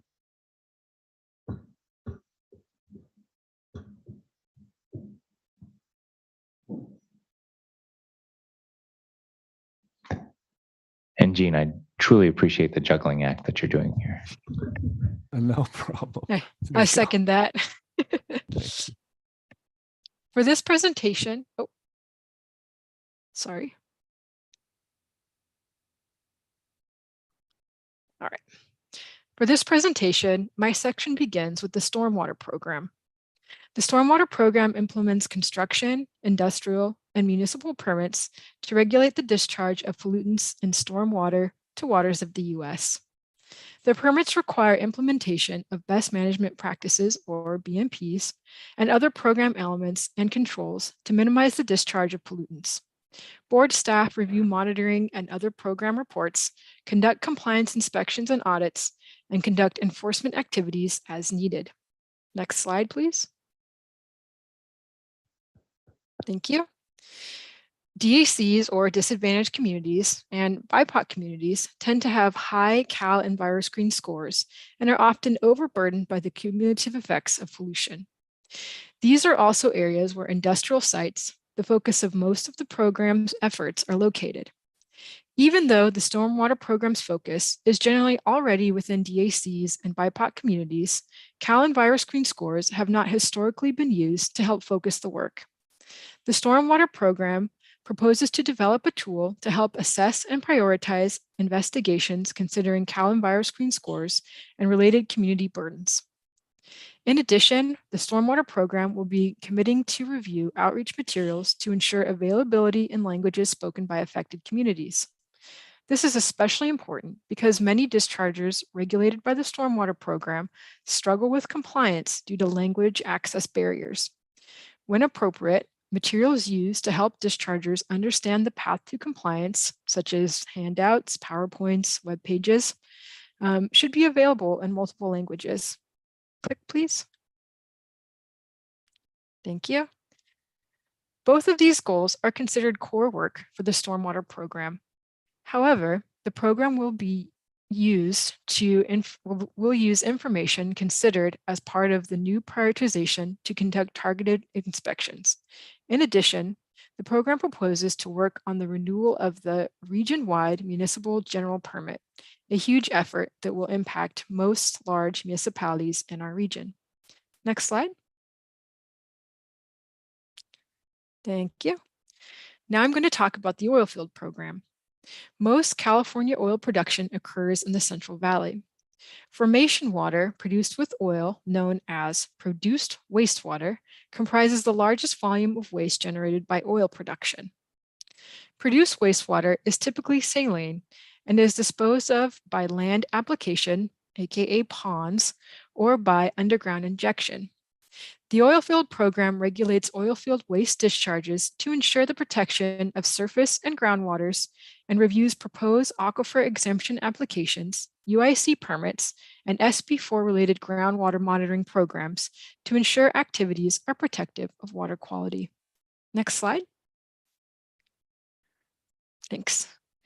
The racial equity goals for the oil field program include assessing sites in proximity to residential areas, along with reviewing Cal EnviroScreen scores to identify sites for program work prioritization, and increasing outreach to DACs and BIPOC communities, including hosting informational outreach meetings.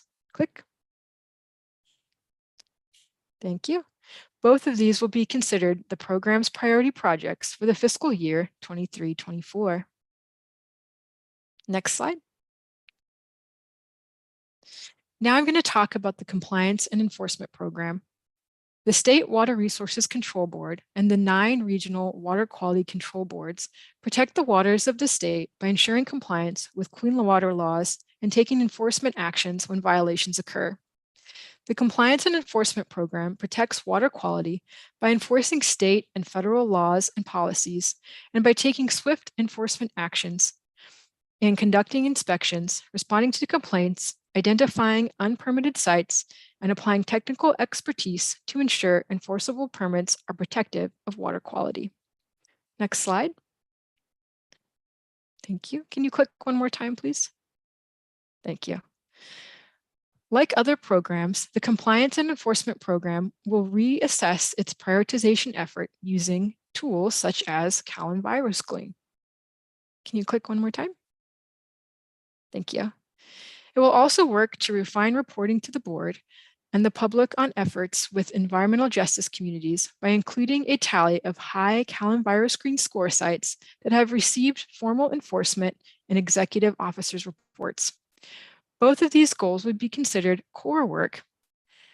As a priority project, the Compliance and Enforcement Program will work to enhance its engagement with disadvantaged and environmental justice communities as it works to deploy enforcement resources effectively. Lastly, the Compliance and Enforcement Program will continue its CV salts compliance initiative to address non-compliance with the nitrate and salt control programs. Thank you very much. Now I'm going to pass it on to the next presenter, Selena. Good afternoon, Chair, Vice Chair, members of the board. My name is Selena Cole. I work on the Delta Regional Monitoring Program in the Basin Planning Unit at Rancho Cordova. We're going to talk about the Delta program, and as soon as the slide's up, okay, great. The Delta program is unlike other board programs in that it was created out of what used to be known as the CalFed program. Referring to a major state effort to provide for ecosystem health, water quality, water supply, and levee integrity in the Sacramento-San Joaquin Delta. I feel like this is getting louder. It's transitioned to an effort to coordinate actions to ensure protection of Delta water quality and to implement the Central Valley Region Bay Delta Strategic Work Plan.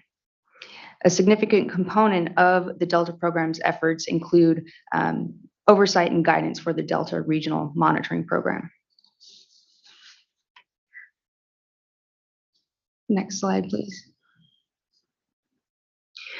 The Delta is home to many underserved communities that have large environmental burdens, from communities in economically disadvantaged areas of Stockton to communities in the Delta Islands and to Hmong subsistence fishers.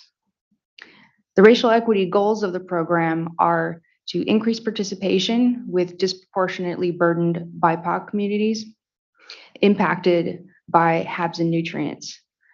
Propose adding EJ members to the Delta Regional Monitoring Program's Board of Directors or Steering Committee, and to use Cal EnviroScreen and other vulnerability tools during analysis of Delta RMP data. These efforts will include continuing to develop collaborations and partnerships with citizen scientists and BIPOC communities and track the progress. Click, please. All of these are defined as priority projects for the Delta program. Next slide, please.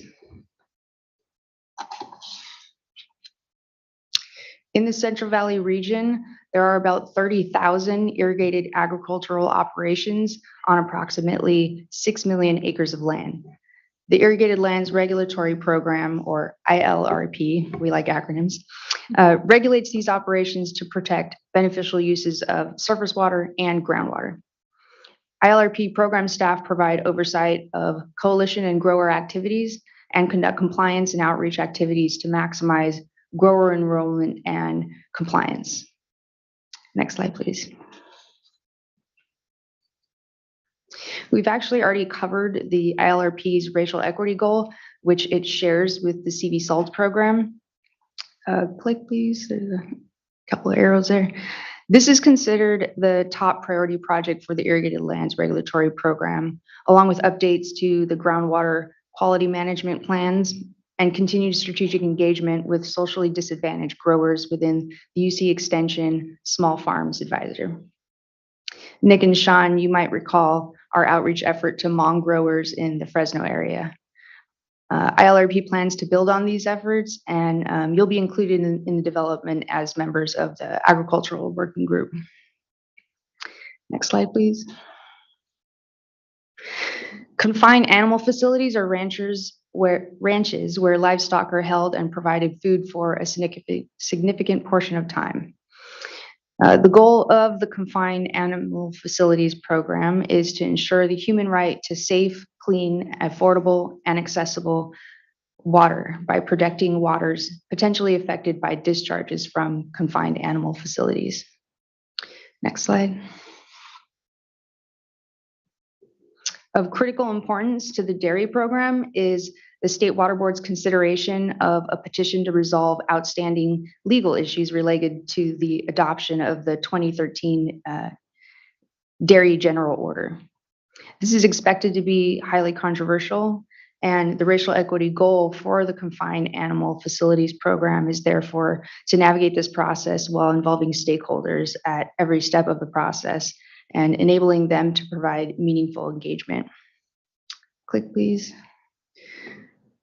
While this is the main priority project of the CAF program, there are several others.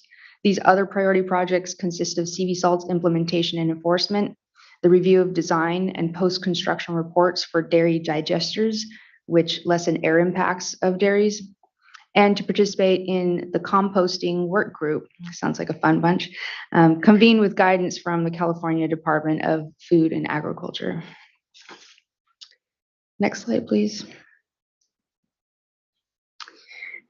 The Central Valley Regional Water Board's cannabis regulatory program regulates waste discharges associated with cannabis cultivation.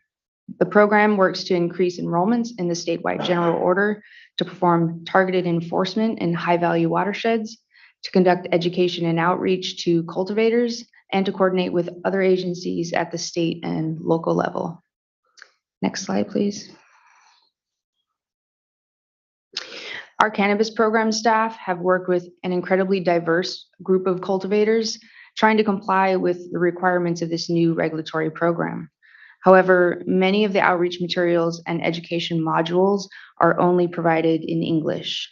So the racial equity goal for this program, much like others, is to translate important information, including the implementation of best management practices, into languages other than English to increase awareness of the regulatory program among the BIPOC communities.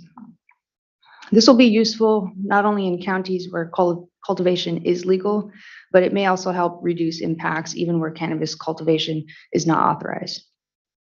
Click, please. This is the primary priority project for the cannabis program.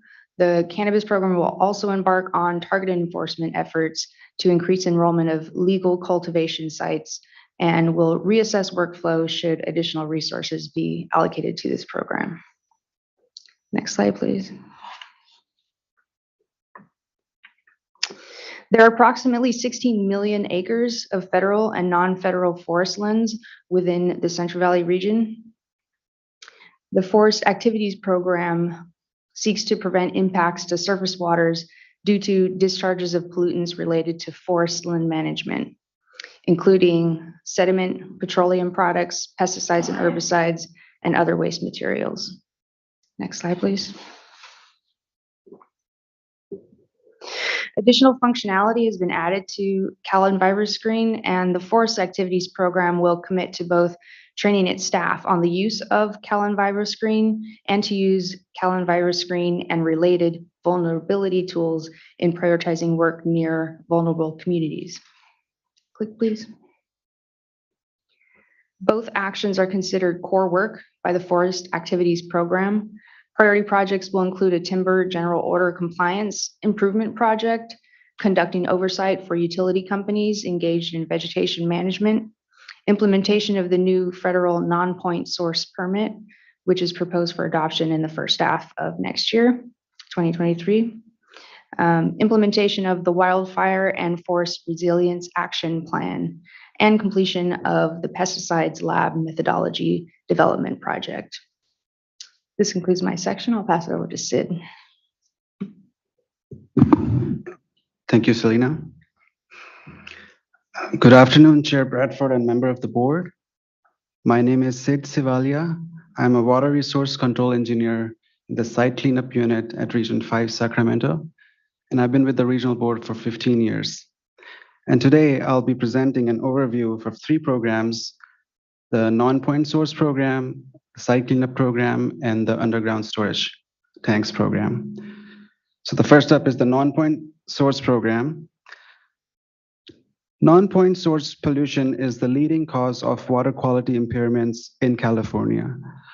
Leveraging limited grant funds, the non-point source program works to restore waters impacted by NPS pollution and to protect unimpaired water bodies by assessing problem sources and implementing management programs. Next slide, please.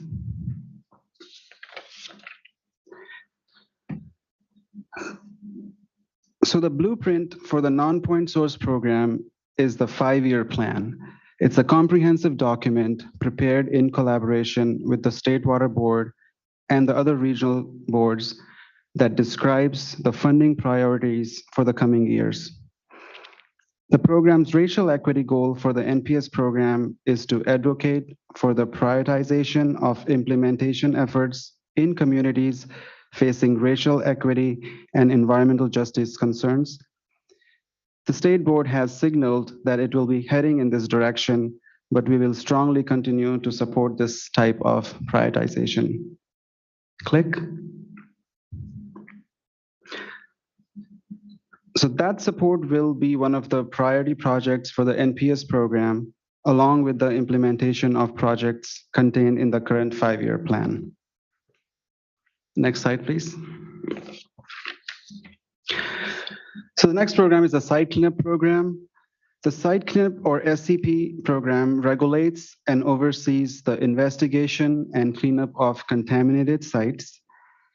Staff overseeing investigation and cleanup actions at sites that have been impacted by releases of pollutants to soil, soil gas, groundwater, surface water, sediments, and indoor air. Site cleanup sites include large industrial facilities, military bases, oil refineries, factories, and smaller facilities such as dry cleaners and plating shops. Many properties are in urban areas, and environmental justice communities and cleanup often results in contaminant removal, reduced impact to water, and economic growth. Next slide.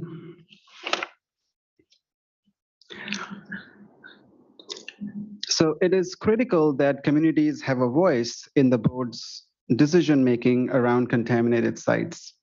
Therefore, the site cleanup program will develop revisions to public outreach guidelines to incorporate equitable, culturally relevant community outreach to promote meaningful civil engagement from impacted communities. The program will also train staff on the availability and use of geo-tracker tools and layers presenting CalEnviroScreen scores and demographics of communities surrounding these site cleanup sites. Click, please. The first of these 2 goals will become a priority project, while the second of these 2 goals will be absorbed into core work for the program.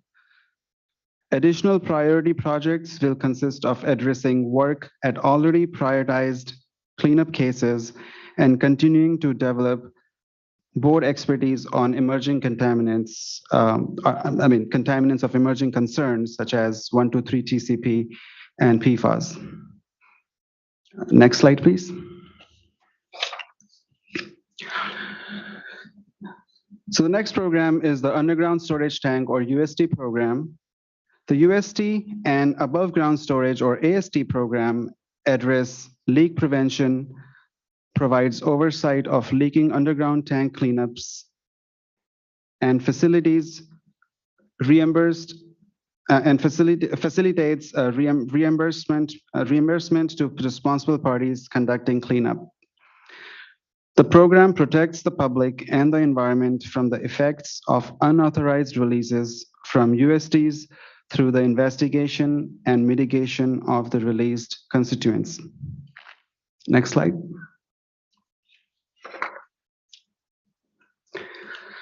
Just like the site cleanup program, the UST program will use new tools such as Cal EnviroScreen to consider environmental burdens when prioritizing cases and will more heavily involve communities in decision-making around site remediation proposals.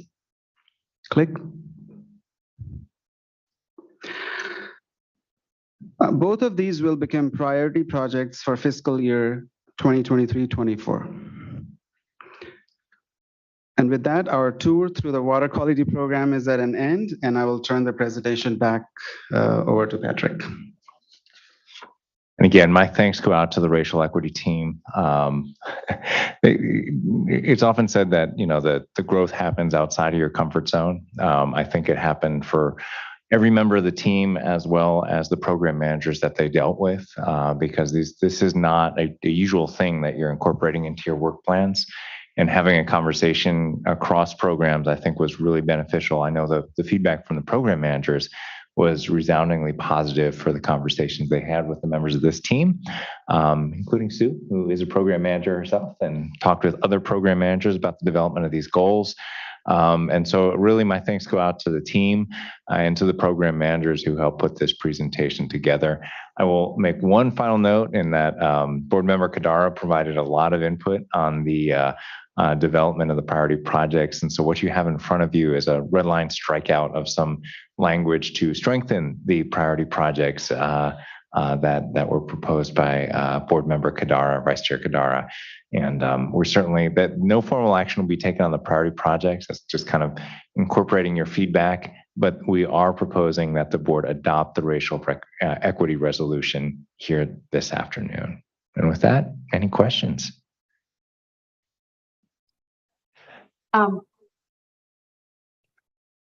If you can hear me, I just wanted to say a few words before everybody begins, if that's okay, Chair Member Bradford. Of course. Yeah. I just want to say how proud I am of our team. I think this is such a important initiative, and it just really makes me so proud listening to all the work that went into this. And I know it took a long time, but it is that important. And it's showing that our board takes this very seriously. We understand the importance of equity, diversity, and inclusion, and putting pen to paper and putting it into policy is how you take an idea and put into action. And I am just grateful to everyone involved, and of course to Denise, who's always been a champion and leads the way. And I just wanted to say my sentiments. In this virtual world that I'm here, I don't know when I get cut off or be part of the dialogue with everyone, but I just want to be able to say that. I was just in awe listening to everyone. Thank you all.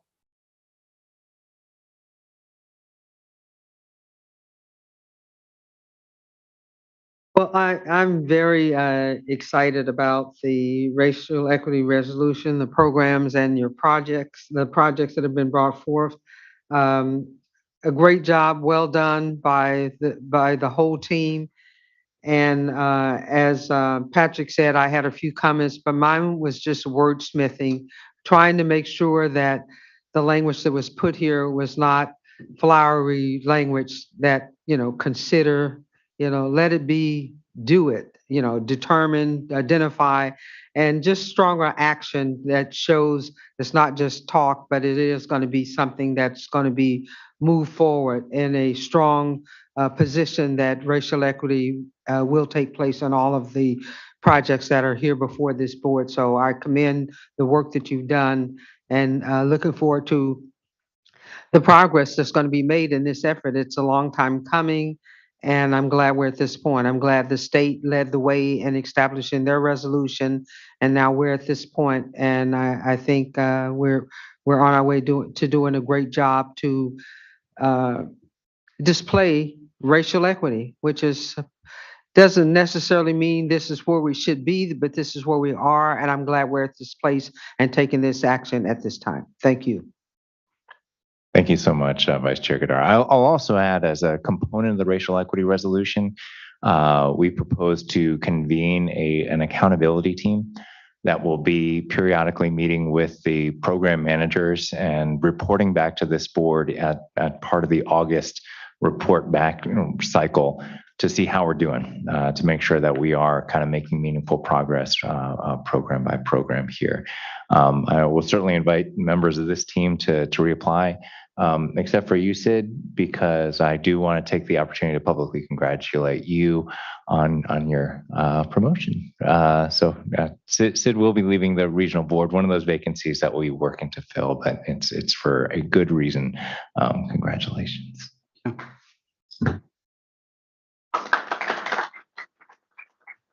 I'm almost reluctant to clap for somebody leaving the board right now, but congratulations.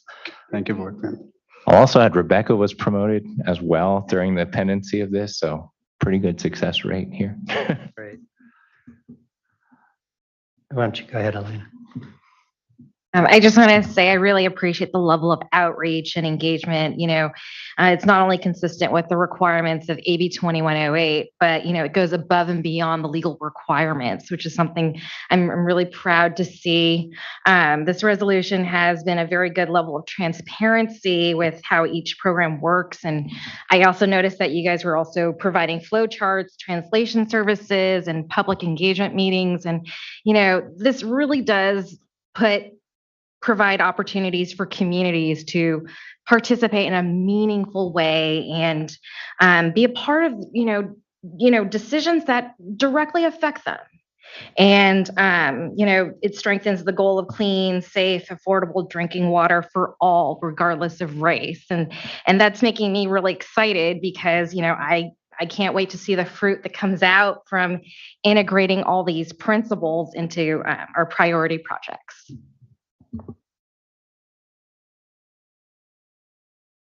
Yeah, I hate to be repetitive, but I'm kind of overwhelmed by how much work has gone into this and how much thought has gone into it. It's very impressive. I mean, I think the whole program for racial equity is probably overdue. I mean, it certainly is overdue, but it's amazing for me to see a resolution before the board right now that hasn't been voted on even, and you guys have already got an action plan in place for next year. So that's pretty awesome.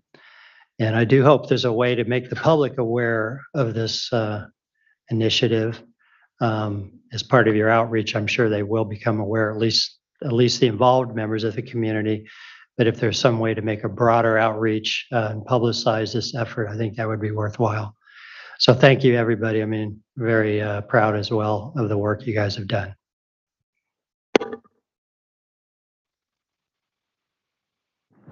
Mark,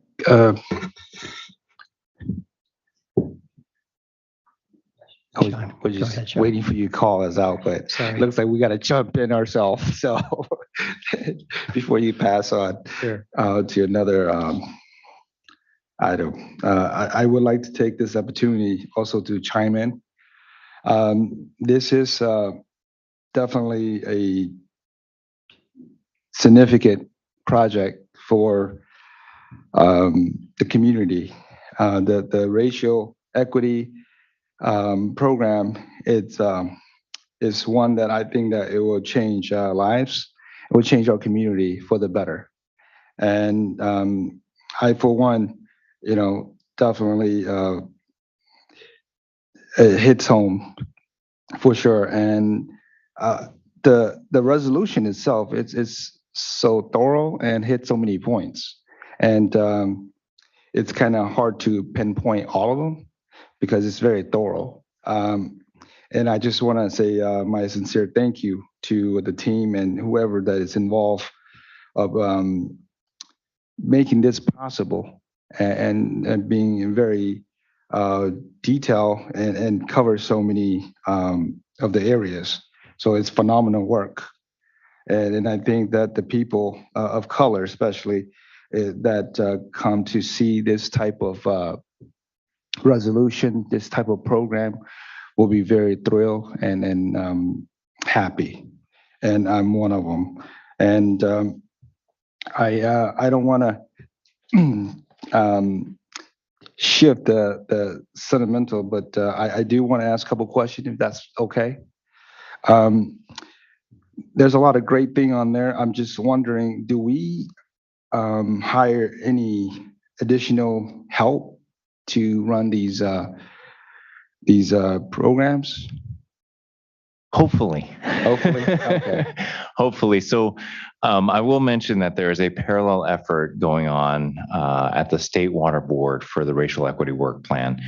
And because ultimately the way the financial accounting work is the State Water Board is kind of at the forefront for asking for positions.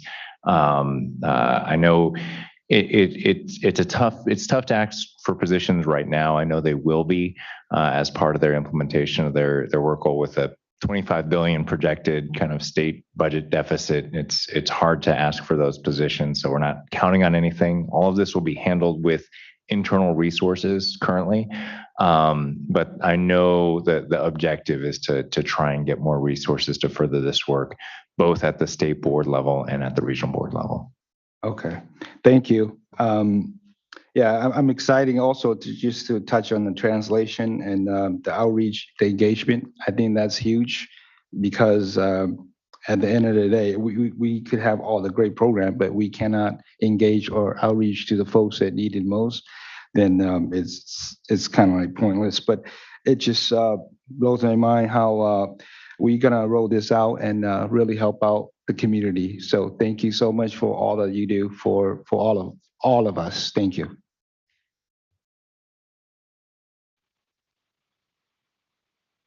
Thanks, Sean. Again, thanks everybody that's been involved in this. I guess I have one question. If we are, again, at the forefront of this as far as the other boards go, or is there some overlap with the other boards?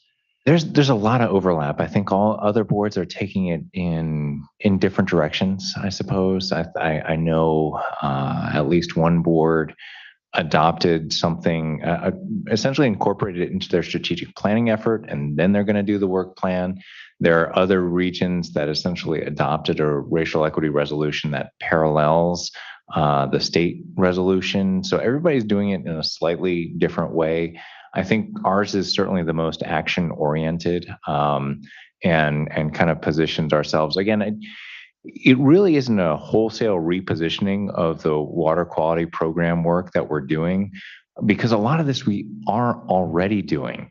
But, this puts a finer point on it. This kind of draws specific attention to it. And it's really, you hear the adage that you can't regulate what you can't count, and you can't manage what you can't count. This actually puts it on the program managers to really say, well, what are we specifically doing in black and white as we develop our work plans in this area? So that's changed a little bit.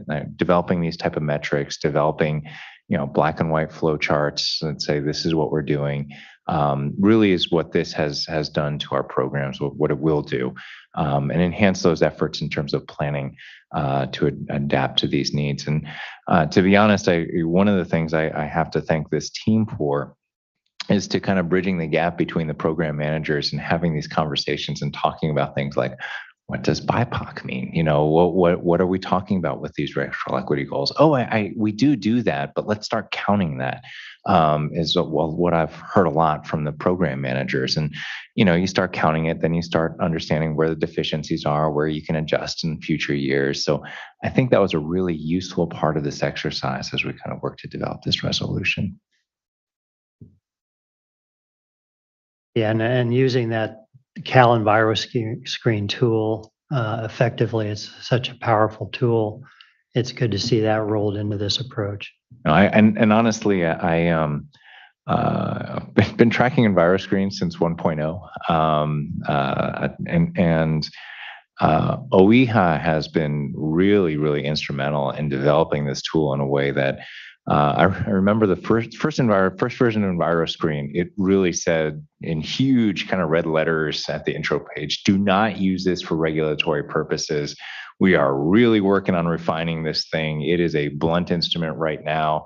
But through the successive iterations, it's gotten to the point where when you talk about 2108, it actually calls out EnviroScreen in the legislation as something that has finally gotten to the stage where you can start using it for prioritization. Now, there's still some kinks there. There's still some things that are, that need to be worked out. And, 21 environmental metrics is a lot. It's not all of them. There's a ton more census tracts. There's a lot of variability that you can see even in a census tract between kind of rich and poor or BIPOC, non-BIPOC. So all of those are being worked out. But I mean, it's extraordinary how much that tool has progressed, and the stewardship of that tool by OEHA is really something special.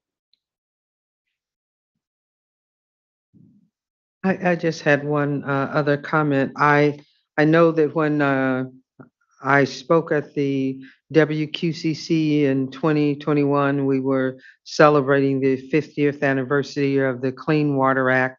And, what do we want to see happen for the next 50 years? And I think this is a good foundation for the next 50 years to deal with the racial equity or inequity that has been within the disadvantaged communities, the tribal communities.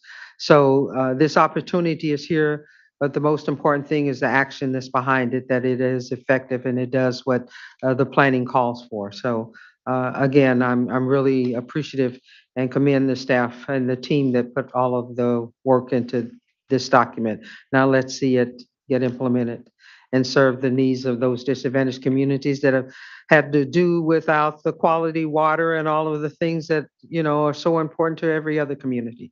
So thank you all very much for this. Any other comments? Okay, Mindy, has there been any interested persons wishing to comment on this item? No. No. Okay. Well, Mark, I actually want to take this opportunity to say thanks to Denise as well, because she's been pushed for this before my time. So thank you for the work prior to my time here. So appreciate that work. You're welcome. I serve in a capacity to represent the disadvantaged communities, and so that's what I'm here to do. And I will add my thanks go out to you, the board. Honestly, when I started with this organization, about 16, 17 years ago, different administration, I don't think the board at the time would have authorized me, the executive team, program managers, and staff to spend as much resources and time and energy on this endeavor. It shows a lot about how far this state has come. And bipartisan. I don't think it's necessarily a measure of partisanship or anything like that. It really is a deeper understanding of some of the legacy issues that we work with, particularly here in the Central Valley. So, frankly, I want to give my thanks to you to letting me spend my time doing this, and letting the managers spend their time doing this. The state board certainly thinks it's a priority. The governor thinks it's a priority, and the fact that you think it's a priority too is really valuable and sends a very positive message to everybody at the board. Yes, I feel like we can't celebrate the diversity of this state if we don't fix some of these issues. And this is a big step in the right direction.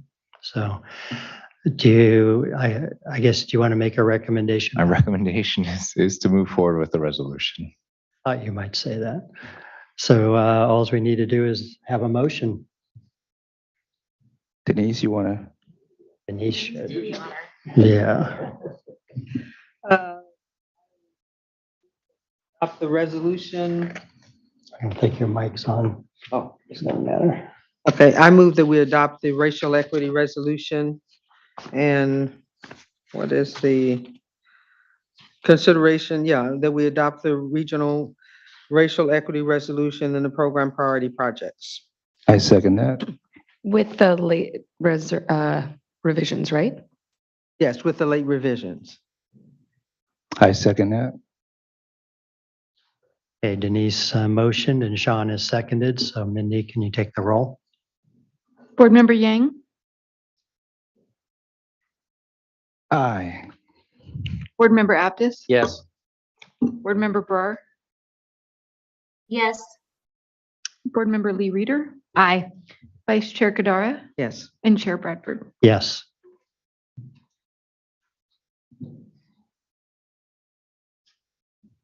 So thanks, everybody. That was a great agenda item. I feel like we accomplished something there today.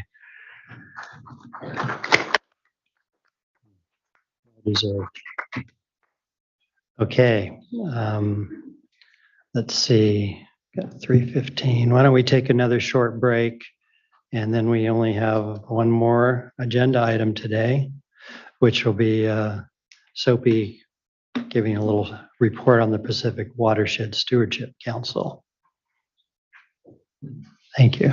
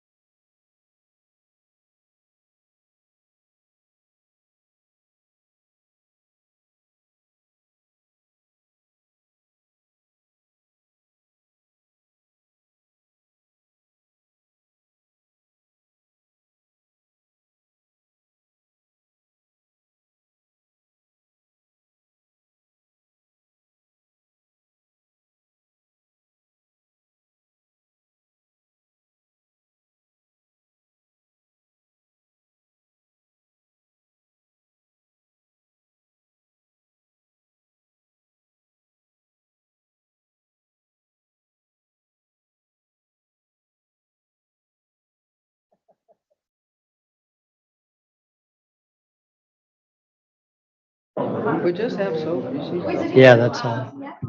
Okay, I think we're about ready to get started again. You want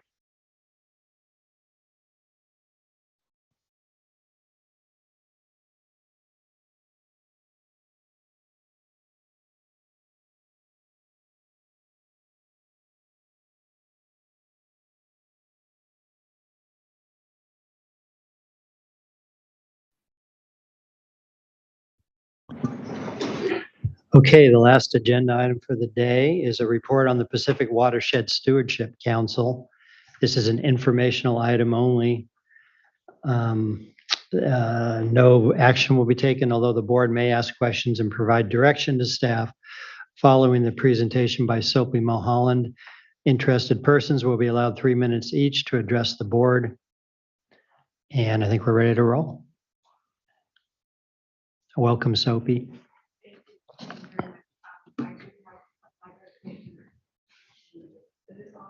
No. Bob is helping. I will talk in just one second, but I also want to introduce Erin Healy, who's doing the heavy lifting for me today by doing this. And she's going to be doing most of the presentation. She's the executive director. And we couldn't do the work we do without her, I'll tell you, really in fabulous hands. So I'm just going to start out for the first couple minutes. First of all, I am Soapy Mulholland. I was once on the board of the Regional Water Quality Control Board. And for the last 15 years, you've had me be your representative on the Stewardship Council. So it's been a really interesting thing, and we're going to talk about it. I don't know how many of the board members are familiar with the Stewardship Council because we haven't done a report due to COVID for quite a while. So hopefully this will be of interest to you. And I think that having a representation from the water perspective has been really important. So going to the next slide, please.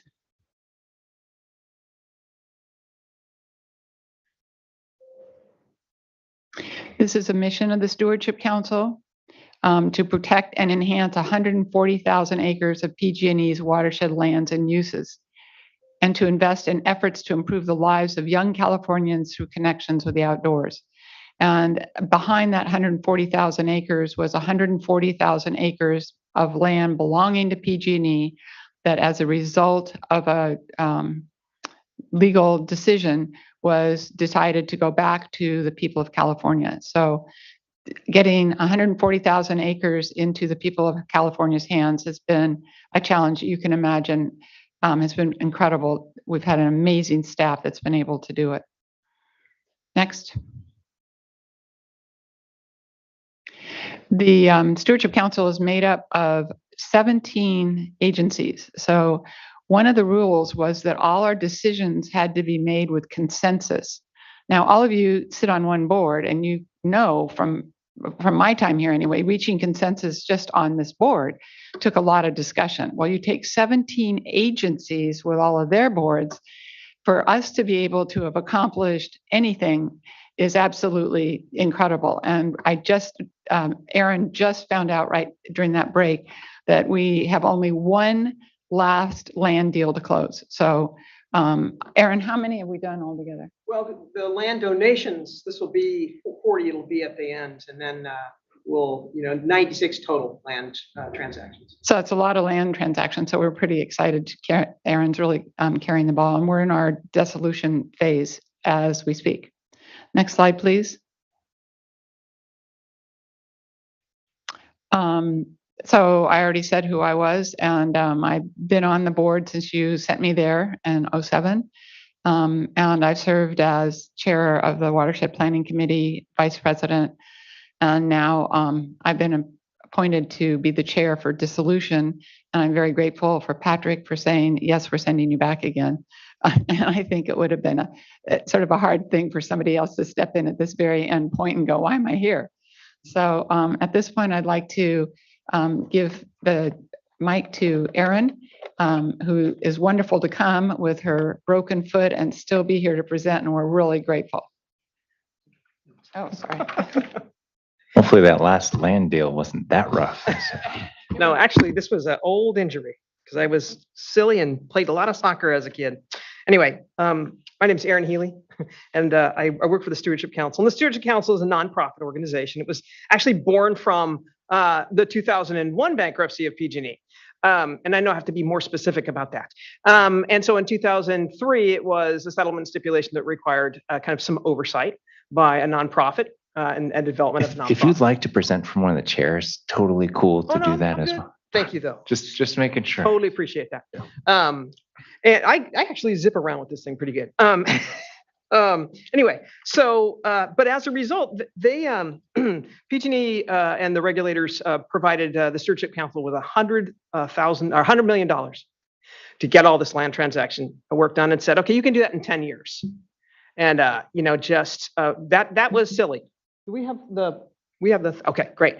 Because it takes 96 land transactions. Each land transaction takes at least 2 years to get through with all the regulatory issues that we have to deal with. 140,000 acres of land is a lot. And it's 1,000 parcels in 22 counties in 9 watersheds. So it's a really lot of really complicated land transactions. Okay, next slide, please.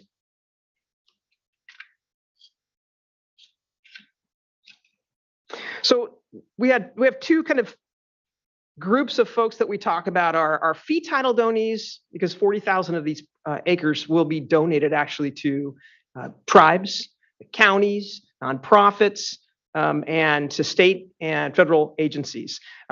Today, we got our almost final land transaction closed escrow for property that was donated to CAL FIRE. And yesterday we had another property that closed escrow for CAL FIRE. We have one more land donation to do, and then everything else, 13 more, will be all conservation easements. So every piece of property has to have a conservation easement laid on it, conveyed, which is a big production. It's a big deal, because whether there's a property that PG&E either retains, they keep, and we have a conservation easement on it, or we essentially are brokering the donation of PG&E's property to those agencies that you see on the screen. And some of the proudest moments I've had, honestly, were when we went to a celebration from the Pit River Tribe, when we provided them back, or got them back their tribal property, and they did a big kind of powwow, and we got to go, and it was like super cool and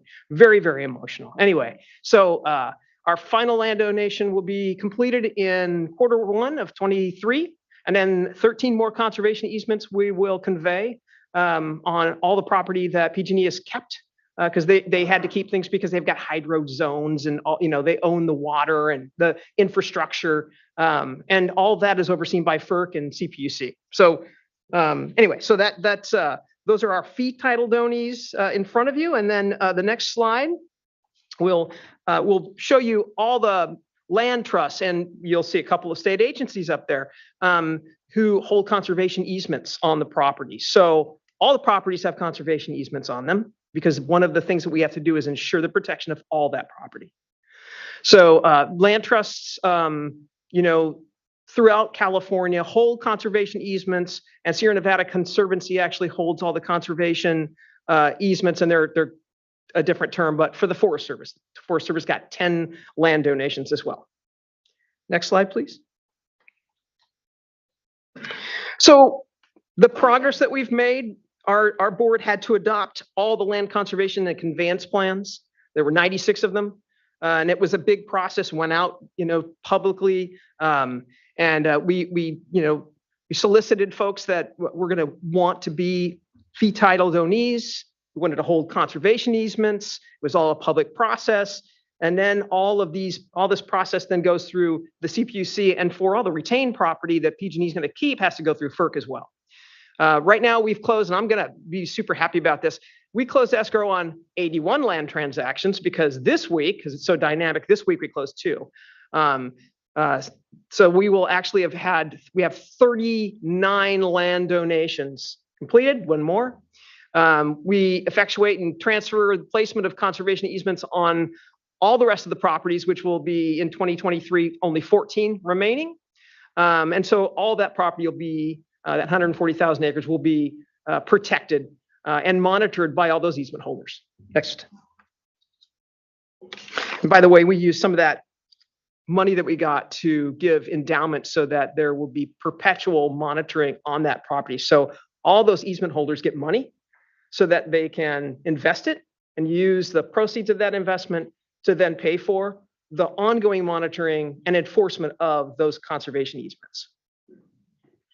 So we are anticipating our final land donation, as I said, in Q1 of 23, and then at the end of 2023, we will have our final conservation easement placed, and we will dissolve the Stewardship Council. I'm going to say that like really proudly, because in the settlement and stipulation, there was a contemplation of the dissolution of this nonprofit, because we will have, and I hate to use this thing, but mission completion. We will have completed the mission of the Stewardship Council at the end of 2023 by protecting all that property and ensuring 40,000 acres were donated to those fee donees, those entities that I showed you.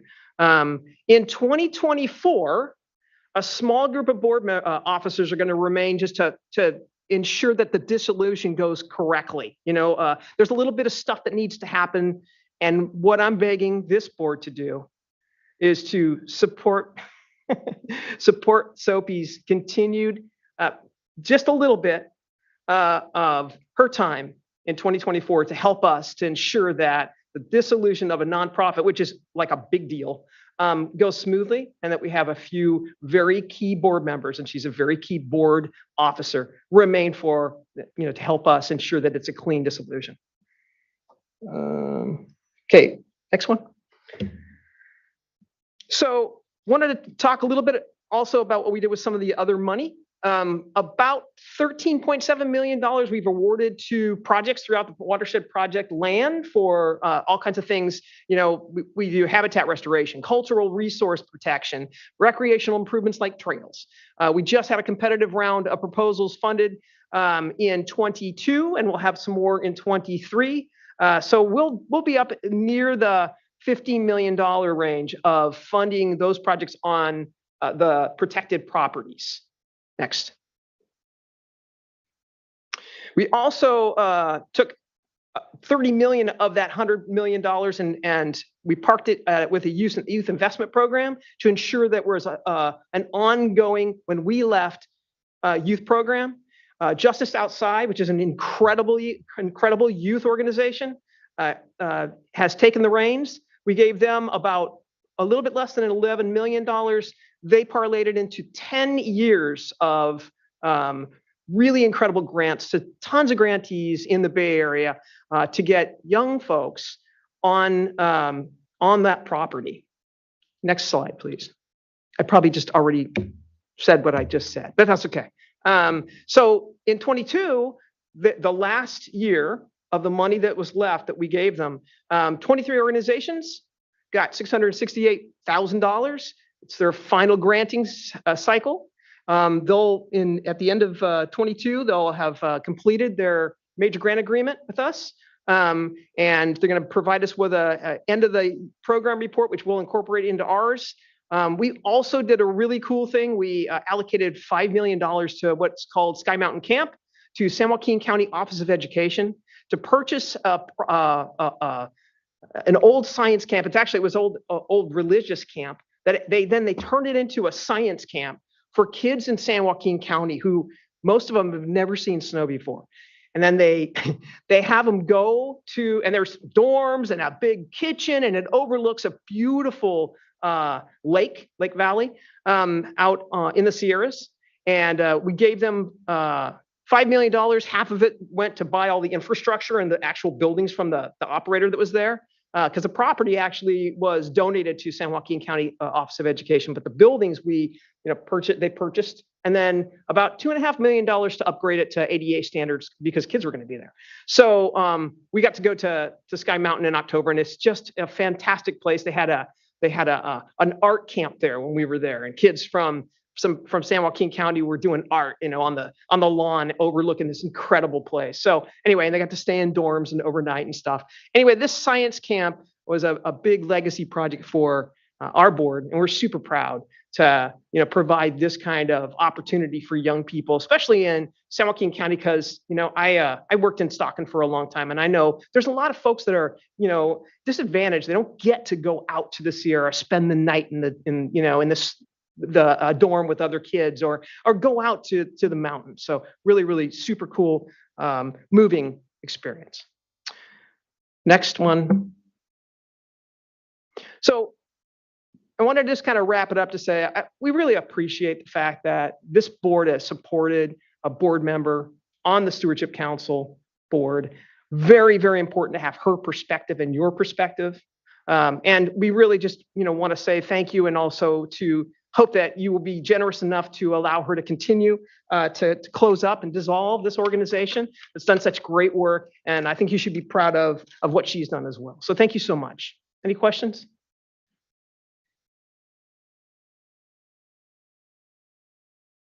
Thank you. That was a really good summary of what you guys have been up to. It's an amazing amount of property, a lot of people and players involved, agencies.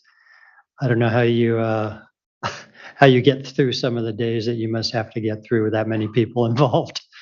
But especially getting the kids out to these lands seems so important. When my kids were in grammar school here, some of their friends had never even been to the snow, and living in Sacramento, that seemed crazy. Some of them had never been to the ocean. So getting them out of their backyard and getting out to see the real world is a big step, I think, for a lot of those folks. So thank you, and I'm completely on board with supporting SOPI to see the dissolution of the Stewardship Council. Sounds sad and also happy. I all at the know, same it's time. like, well, I don't know, it's kind of probably a mixed blessing, but you got the job done, so that's what counts. That's right. So thank you. Thank you. I appreciate you coming forward. I absolutely appreciate SOPI coming forward. I will note that it was actually one of my first board meetings back in 2007 when we had SOPI's appointment there. Francis McChesney was advising the board at the time and said this is a fantastic opportunity for the board and the board to extend its voice to a project that will do the right thing. I know there certainly was some contention about how the settlement was set up, but certainly the Stewardship Council and what it has done is kind of beyond reproach. I mean, it really embodies the best, and certainly, it wasn't talked about in terms of racial equity or environmental justice at the time, but absolutely it was front and center, helping disadvantaged communities, helping underserved youth come out there and frankly doing the right thing with a lot of tribal communities, which I empathize with you in that, through certainly no fault of their own, I know negotiating those and understanding the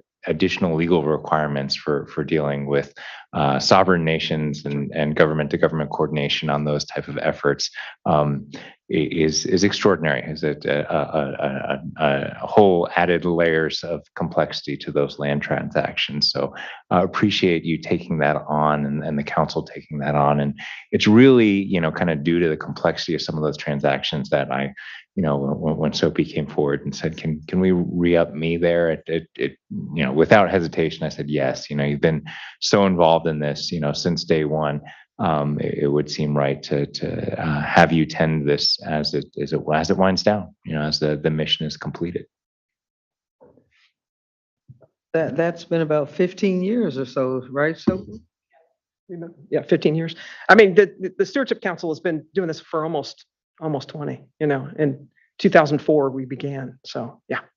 but the great part is, as Patrick said, you're dealing with racial equity before it was the slogan to do for the sovereign nations and for the youth, and just preserving the land, conserving it.